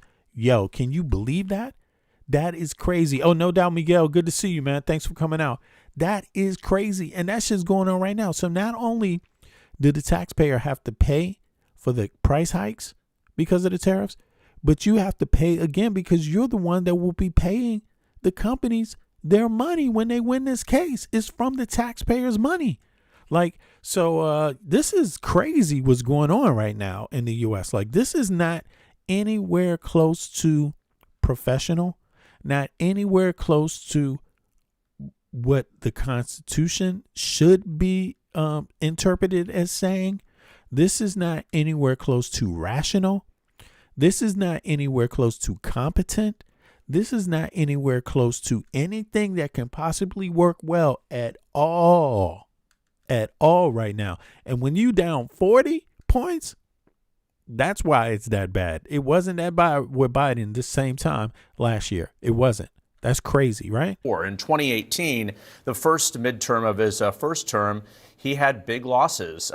It's why the White House has been so obsessed with redistricting. It's why they've been so obsessed with trying to change the game. And as we end the year here and look forward to the new year, the redistricting is about a wash. I mean, there are still a couple unanswered questions. Florida, for example, which is going to help Republicans a touch. Virginia is going. Yo, Tamika, you said foreign companies are paying importers, exporters, and retailers. I don't know what that means, but the company, the American company, should not be paying the tariff. So any taxes that they had to pay because of the tariff, because that's exactly what a tariff is. It's not. We're not talking about paying indirectly. Of course, everybody pays indirectly, but that's not what the tariff is about. That's not the tariff. The tariff is who directly pays the first fee, the actual tax. That was these American companies, and they're suing the U.S. government, and it's over 30 right now, and these are major companies. And that means if they win, the taxpayer would have paid twice out of the tax money you pay. Not only that, they cut $1 trillion into Medicaid, but you're still paying the same amount of taxes. Where's the money going? Why are you paying the same amount of taxes when they cut $1 trillion off of Medicaid that they collected in tax money? People are pissed right now. I'm just saying. Going to help Democrats a touch, but by and large, redistricting alone is not going to save the president. So I think when we take stock of what we know now about Trump, he's been a very 40 points down. Stop making excuses. Nothing you said. If you're still trying to cap for Trump, you are not making any. There is nothing. You might want to recite the words he told you. Just go. Just accept. He lied to you. Stop repeating his words because the truth has been found out now that time has gone on. Okay? He lied. Stop repeating his lies. It ain't going to work. Okay. Activist president in terms of flexing the executive authority of his office. But we also learned how he spends his time. Mm-hmm. And I think that is one of the reasons that the numbers are so low, because he promised to fight for you. Look, and he's having a peace summit with Ukraine. Did he promise you that? The man lied to you. He's actually doing a lot of stuff for himself. Yeah. Like plaques, the Trump Kennedy Center. Yeah, tariffs are illegal. They're illegal. It's true, Klein. And now they're going to sue his ass because they've been deemed illegal and they had to pay it. A lot of things. So that is what frustrates some White House advisors. He promised to be your retribution. He's actually just doing stuff for Donald Trump. And I think that hits at some of these independent numbers. It's such a good point. And we're going to be talking about those Trump awards later in the show and what it all means. But Tamara, you cover the White House. When Trump looks at those numbers, is he denying those exist, or is he privately acknowledging we got to change course here at least a little bit? No, he's calling it all a hoax, a Democrat hoax, a Biden hoax. That's what he's calling it. Well, look at his behavior, right? He didn't hold rallies much of the year. All of a sudden, he's holding rallies. Now, are those rallies on message? No, but he's giving the audience what they want, which is the weave and all of the things and all of his complaints and all of his retribution and all of that. But I think that these numbers. Yo, Vaughn, I think somebody's named Vaughn Bing. Yo, you need to research what you're saying a little bit more. See, what Trump did is he deceived you with the argument he made about tariffs. And I'm going to explain it. I'm glad you brought that up, but I'm going to explain it. And you need to research this, okay? You need to research it yourself. Don't just repeat what I'm telling you, and don't just repeat what Trump tells you. Go research it and find out who's telling you the truth. Okay, now I'm going to tell you what I researched and found out because I wanted to know myself. Okay, I didn't want to just listen to nobody. I didn't want to listen to Hillary. I didn't want to listen to Trump. I didn't want to listen to Kamala. I didn't want to listen to Obama. I didn't want to listen to Mike Johnson. I didn't want to just listen. You know why? Because I don't just listen to nobody. It doesn't matter who they are. I don't listen to nobody. It's my life that's being affected. I at least need to research it myself and not repeat just things that other people say. Okay. Repeating things that other people say is not knowing. Now, until you research. Now, the issue with the tariffs is Trump used that as an election point, tariffs, because in symbology, yes, other countries did have tariffs against the U.S. They did have tariffs, not against, but they had tariffs, small tariffs, some larger than tariffs on certain items, on certain types of goods, right? And the U.S. didn't really have tariffs on them. But the same countries that the U.S. was trading with, what Trump confused you with is Trump is not telling you how many weapons these countries with the government, with the contracts are, not government, private company contracts with weapons are with these other countries. And so, sure, they might have had tariffs like France may have had, Germany might have had some tariffs on your cars, American cars, right? But what you got out of the things you were selling them far out exceeded the tariffs that they had on the U.S. And that's where you're not studying and researching it yourself went wrong. See, that's where when you're looking at that GDP and you're looking at the value of and you're looking at how much money is being brought, Trump only wanted you to focus on who had tariffs and look at that number. He didn't want you to look at the broader economy. He didn't want you to look at what the U.S. was getting business-wise from having access to these countries in other ways. You see what I mean? Outside of the tariff conversation. You see what I'm saying? The U.S. is selling a lot of things that other countries aren't selling because it's a first-rate, first-world country. It's a superpower. You know, other countries can't create the things that we're creating. They can create a car. They can create this and that. They can create some of the places handbags. Some of the places, that's not what the U.S. is creating. That's not how you do business. You create things other people can't create. Otherwise, there's no point. That's stupid. That's working backwards. You see what I mean? If everybody's making handbags, obviously you ain't going to be selling that many handbags. Okay, you might sell them to your own people, but you won't be selling them on the global market. And by the way, maybe somebody make handbags better than you, but you also make something better than everybody else. And so those things, they weren't stopping because those were big value items that tariffs don't even apply to. Tariffs might apply to sugar. Tariff might apply to a car. Tariff might apply for, these kind of trinket things. They're not applying to the larger stuff. Nobody's trying to put tariffs on Boeing. Only few countries were doing that, but not the countries Trump was pointing out. You see what I'm saying? But it's just, now, look, let me just go to that. And listen, again, I'm not saying believe me, but I'm saying if you haven't researched it, you'd be stupid to believe anything. So put a 1 in the chat if you researched this. Put a 2 in the chat if you haven't really. It's okay. I'm curious about that. Let's go. Let's see here. Let's go over to trade. See, there's another word for it. It's called trade. You have tariffs and then you have trade. And there's a lot of trade going on that none of those tariffs had anything to do with. Okay? So, let me see here.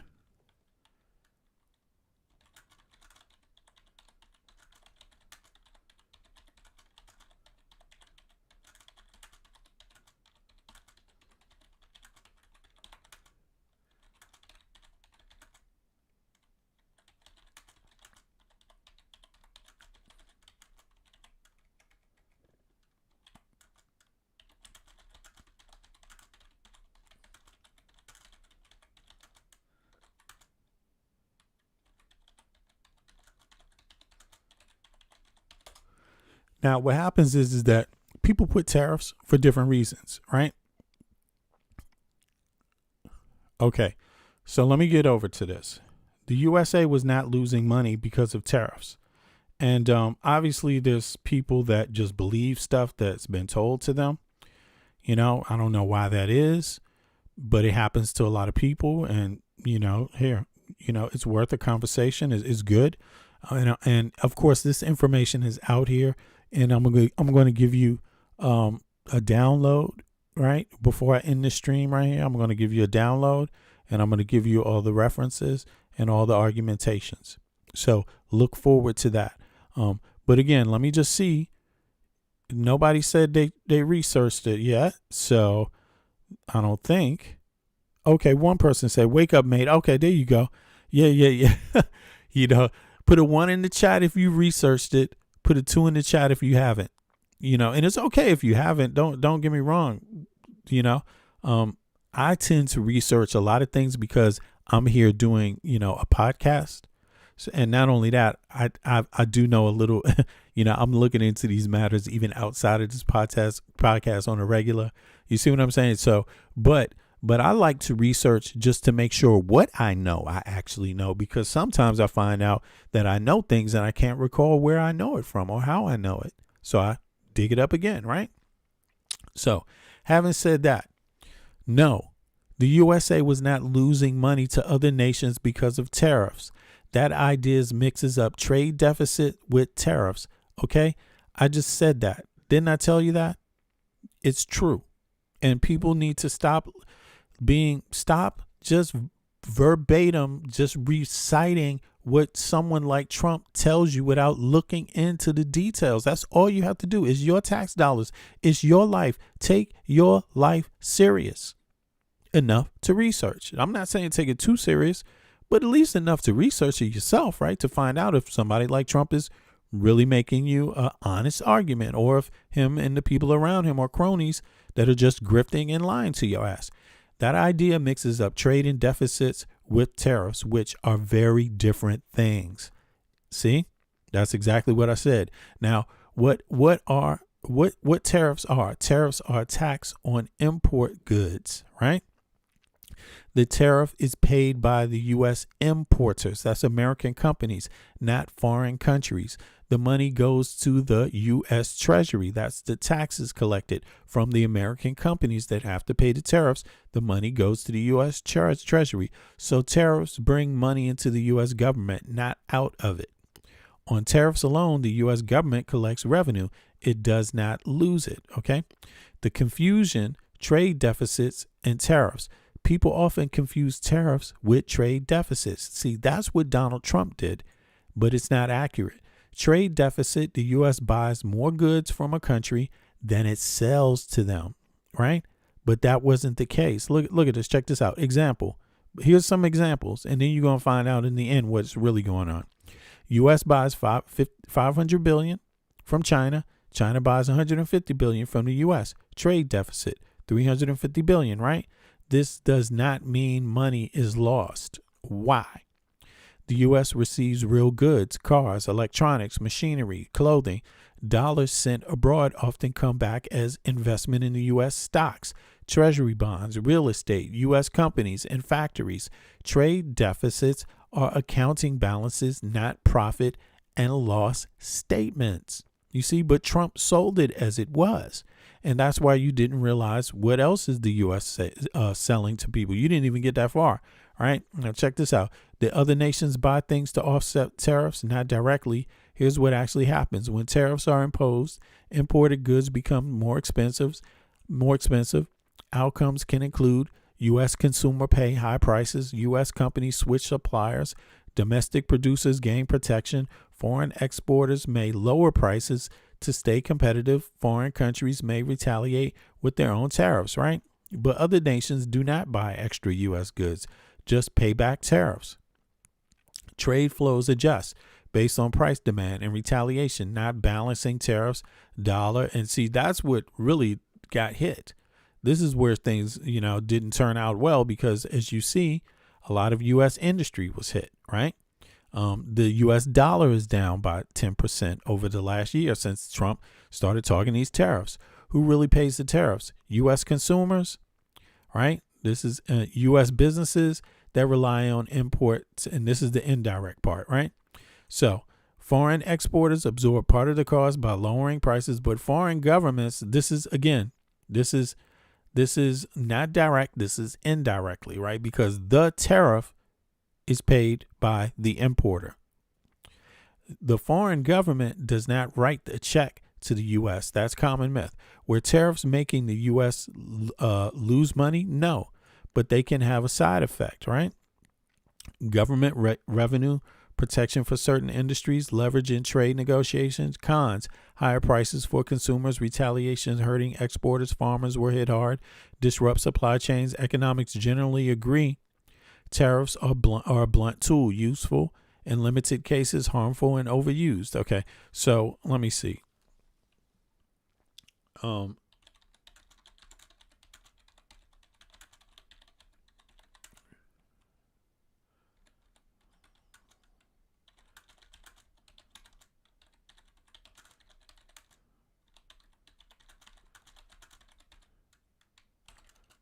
Here we go.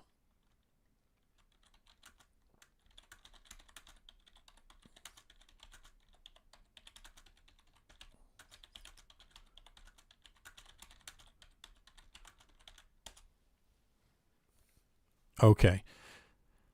Now, the U.S. weapons industry, they sell to many of the same countries that export goods to the United States. The arms sales do count in trade, but they're often misunderstood and under-discussed when people talk about trade deficits. You see?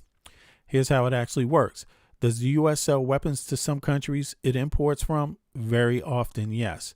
Example, Japan exports cars and electronics to the U.S., buys U.S. fighter jets, missiles, radar systems, you see? And what does that do? What does that do?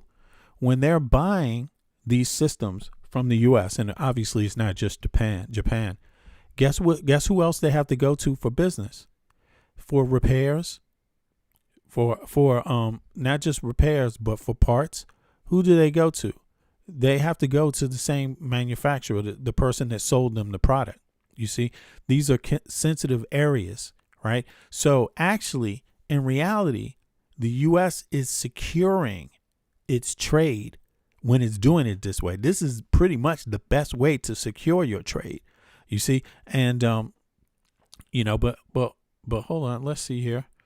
South Korea exports electronic cars, buys U.S. missiles, defense systems, aircraft. Saudi Arabia exports oil to, this is really the other side of what he's been saying. Buy massive amount of U.S. weapons. NATO, EU countries export machinery, luxury goods, but they buy U.S. arms, aircraft, or they did, but they're stopping now. They're stopping that now. They're starting to limit how much they're buying. So the idea that trade is only cars versus soybeans is incomplete. Weapons are a major U.S. export. Do weapons sales count as exports? Yes, fully. Arms exports counted. U.S. exports, services, training, maintenance, software. Yes, that's all part of the deal. And that's all a continuing sale too. So again, you have the maintenance, you got the software updates, you have the parts. After you sell the thing, the tank, you see, the whatever else, the missile, right? Then there's continued sales related to each sale, right? Example, U.S. imports $100 billion from country A. U.S. exports $80 billion, including $20 billion in weapons. You see? Trade deficit, $20 billion instead of. So why don't weapons show up clearly in trade discussions, classified or aggregated reporting? Arms sales are often listed under miscellaneous manufacturing, split across goods and services. Military aid and financing can blur real flows. Foreign military sales, right? Many weapons deals are government to government. U.S. government sells weapons. Foreign governments pay the U.S. U.S. contractors, Lockheed, right? So it looks like state activity, not normal trade, but it still counts economically. You see? Economically, it still counts, right? Do arms sales distort how trade looks? Yes, in three big ways. They mask deficits. A country may look like it has a smaller trade deficit, but the exports are lumpy, big one-time contracts, politically driven, not consumer driven. They rely on geopolitical, not markets. Sales depend on alliances, wars, threats, perceptions, not price competition or consumer choice, right? They create circular. Now, here's another thing. Outside of even the weapons, look at what European nations were buying and other nations were buying. Maybe they weren't buying a lot of American cars, right? But guess what banks and their government agencies, guess what programming they use? They all use American software, Microsoft, something like that. So that means that all that security, right? That's American jobs too. All that security.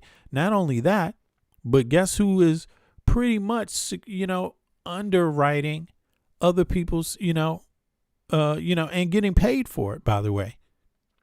So there you have it. So Dave, I know I didn't explain this in the right way, and there needs to be a live. I need to go in and do a members only stream where we just look at the numbers exactly and include all of the data. But in any case, I can tell you from what I found, you could already see Trump didn't really explain much of what he meant. And people looked at the tariffs and the value of what is being tariffed. You see what I mean? And trying to equalize it when it doesn't make sense to deal with tariffs that way, basically, at all. It just it's complex. And he won on tariffs, but you can see the devastation that it created with the economy. So, and if you haven't felt it, you're probably going to be feeling it real soon, So, in any note, I got to be out, y'all. It's been some time. I mean, what is this? How many hours is this? Yeah, it's been like it's been 3.5 hours. So I got to be out, or 3 hours, close to 3 hours. But I appreciate everybody for coming out. Yo, listen to Bessic. Okay. Yeah, why is Trump's approval doing underwater if we're doing great? It's because we're not doing great. Come on, And again, I'm glad that I talk to American people because they qualify that all the time. I mean, since I am American and my family is outside of my kids are all in the United States of America on my mother and my father's side of the family. And I have cousins everywhere across the country, aunts and all of that. I talk with people in the U.S. So, maybe on the internet you can fool some people, but you can't fool real Americans talking to each other. And that's the whole point of us doing this conversation together. Yo, I appreciate it. I appreciate everybody for coming out. Yo, Dylan, I appreciate you. Thorn, what's up? Go Samurai, I see you there. Eric Klein, I appreciate you for coming out. Yeah, the GOP, Scalamucci, yeah, the GOP is out there, man. The GOP is out there. I mean, I just want American people to have a country where the fact that they are the ones paying for the bills of the country, paying the salaries of the Congressional Senate, for the Supreme Court. I just want these bodies of government and the executive branch. I just want these bodies of government to respect the American people like other countries respect their citizens. I don't feel like our country does that. I feel like we often take it for granted. And I'm not talking about any one sector of society. I just mean all. If you're the working class or middle class, you're all taken advantage of. Stop going in on each other and complaining about each other when the real problem is the fact that you're getting fucked through your own laws. You pay taxes and you're not really getting shit back for it. I mean, that should be your sticking point. That should be the point. Bits, there you go. There you go. Yeah, okay, I see you. Did you get your T-shirt, Bits? Let me know if you got that T-shirt. By the way, before I close the stream, let me pull this up if people are interested in some merch. There you have it. If you're interested in supporting my music, there you're going to have it in the chat there too. And if you want to subscribe, did I get that there? There you have, the link is coming up. It says it's from the Nightbot, but that's me. So I appreciate y'all. I'm just curious if Biss got her T-shirt. Let me see. Yeah, it's not. Look, it's trickled down exactly. And if you have any sense, you got that, Scalmucci. It is trickled down. If you don't realize you're paying for the government, the Supreme Court, you're paying them to have a better lifestyle than you have yourself. You're guaranteeing that they have health care. You're guaranteeing their kids go to the best schools. You're guaranteeing all the shit that they're arguing that you don't have the right to have. I mean, when is that going to stop? When is it going to stop? It's got that type of thinking. It's got to stop, and we can do something about that by voting, and don't let anybody stop you from voting. Don't let anybody convince you out of what your vote means. It may not happen fast. It may not, but listen, don't ever give up your vote. That's what a lot of people want you to do by saying things like both parties is this and that. It's like, yeah. But one party's in power right now. So we know who's doing that right now.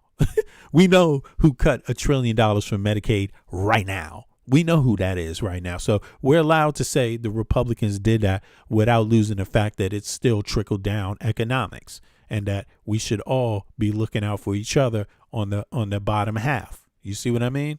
Like the bottom half is bigger than the top half, straight up, so let's get to that. Put down some of the culture war shit, because you don't control somebody else's body. You know what I'm saying? You control your body. Leave other people's bodies the fuck alone. You don't control, a lot about what other people do, because they have freedoms to do it. But you control, what you do with your freedom. And you should at least have enough sense to know that you deserve a good education. Your kids deserve the right to be able to access education without having a lifetime of debt. You should at least look at yourself strong enough to know, and other citizens to be proud enough in your citizenry where you know that all citizens deserve health care. All citizens deserve access to whatever goddamn school they pass the grades to go to without a debt. Whether it's technical school, whether it's university, whatever it is, we should have that. A decent, a fair living wage, a wage that pays you to have a goddamn place to rest your head. That should be a norm. That should be something we can all agree on. We should all agree on that. And no president, no idea of any president should ever stop you from seeing that, from focusing on that, No one-worders should be able to fool you out of it. You shouldn't be able to say Trump and then you forget that you're paying all these taxes. You shouldn't be able to say Biden and then you forget that you're paying all these taxes. You see what I mean? You shouldn't be able to play that left and right. And what if this one and what happened last time? No. What's happening now? What's happening now? Okay, you can do something about right now. Let's get to doing it. I'll check my mail tomorrow. Oh, okay. Yeah, it's there. I think it's been there some days now, Bits. I think it's been there some days. Last time I checked it should have been there the 23rd. I'm surprised you didn't get an email. I'm going to send you another email today. On that note, I appreciate everybody. Hit the like button for me. Subscribe if you haven't subscribed. And, let's get this thing going. Let's see if we can get things to change up in our own country. But on that note, I'm out. I'm gonna catch up with y'all in 24 hours. All right. Yo, peace.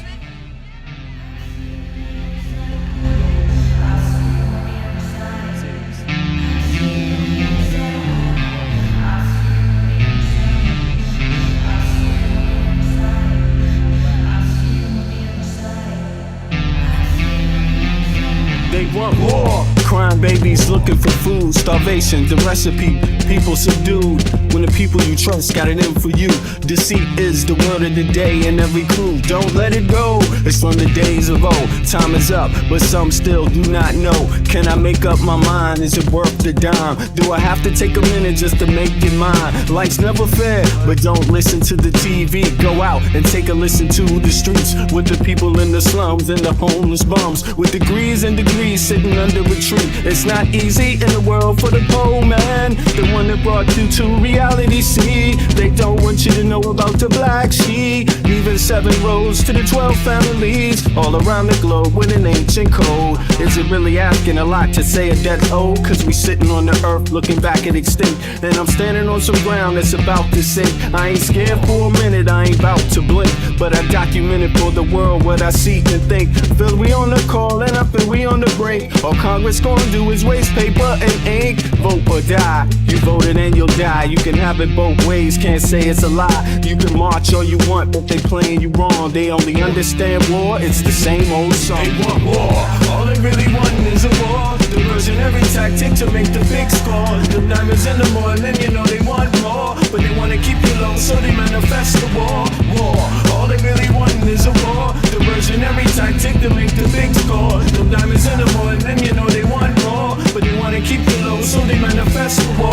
lotus coming out of the mud with colors. I create envy in those with power but jealous. I unify the poor with my song, the hell with the others. Descended the way they treat indigenous brothers, cause I understand we link forever. They try to hate us even though that we keep it together. I'm not talking about controlling the air or the weather. I'm talking about maintaining the truth, the high endeavor. A rebel drops bombs in the midst of trouble. The free world counterattack and now there's double. But nature gets the shit in a way that's subtle. If you stop the machines for a minute you might hear, but they won't cause the TVs whisper in the ear. And capitalism has eyes that don't tear, and they cloud up and get crazy and won't steer. And like an ab, it's hard to get an ass to listen. Living like this is like living in prison. It's hard to keep hope when you're living in prison. The spiritual thoughts, so yes, the mental prison. The outside, yes, it's got to get through. Something's gotta die, so something here can live. Your life is nothing if you got nothing to give. Keeping the spiritual, yes, disguised as religion. Controlling your mind, the mental prison. They want war. All they really want is a war. Diversion, every tactic to make the big score. Them diamonds in the morning, you know they want more. But they wanna keep you low, so they manifest the war. All they really want is a war. Diversion, every tactic to make the big score. Them diamonds in the morning, you know they want more. But they wanna keep you low, so they manifest the war.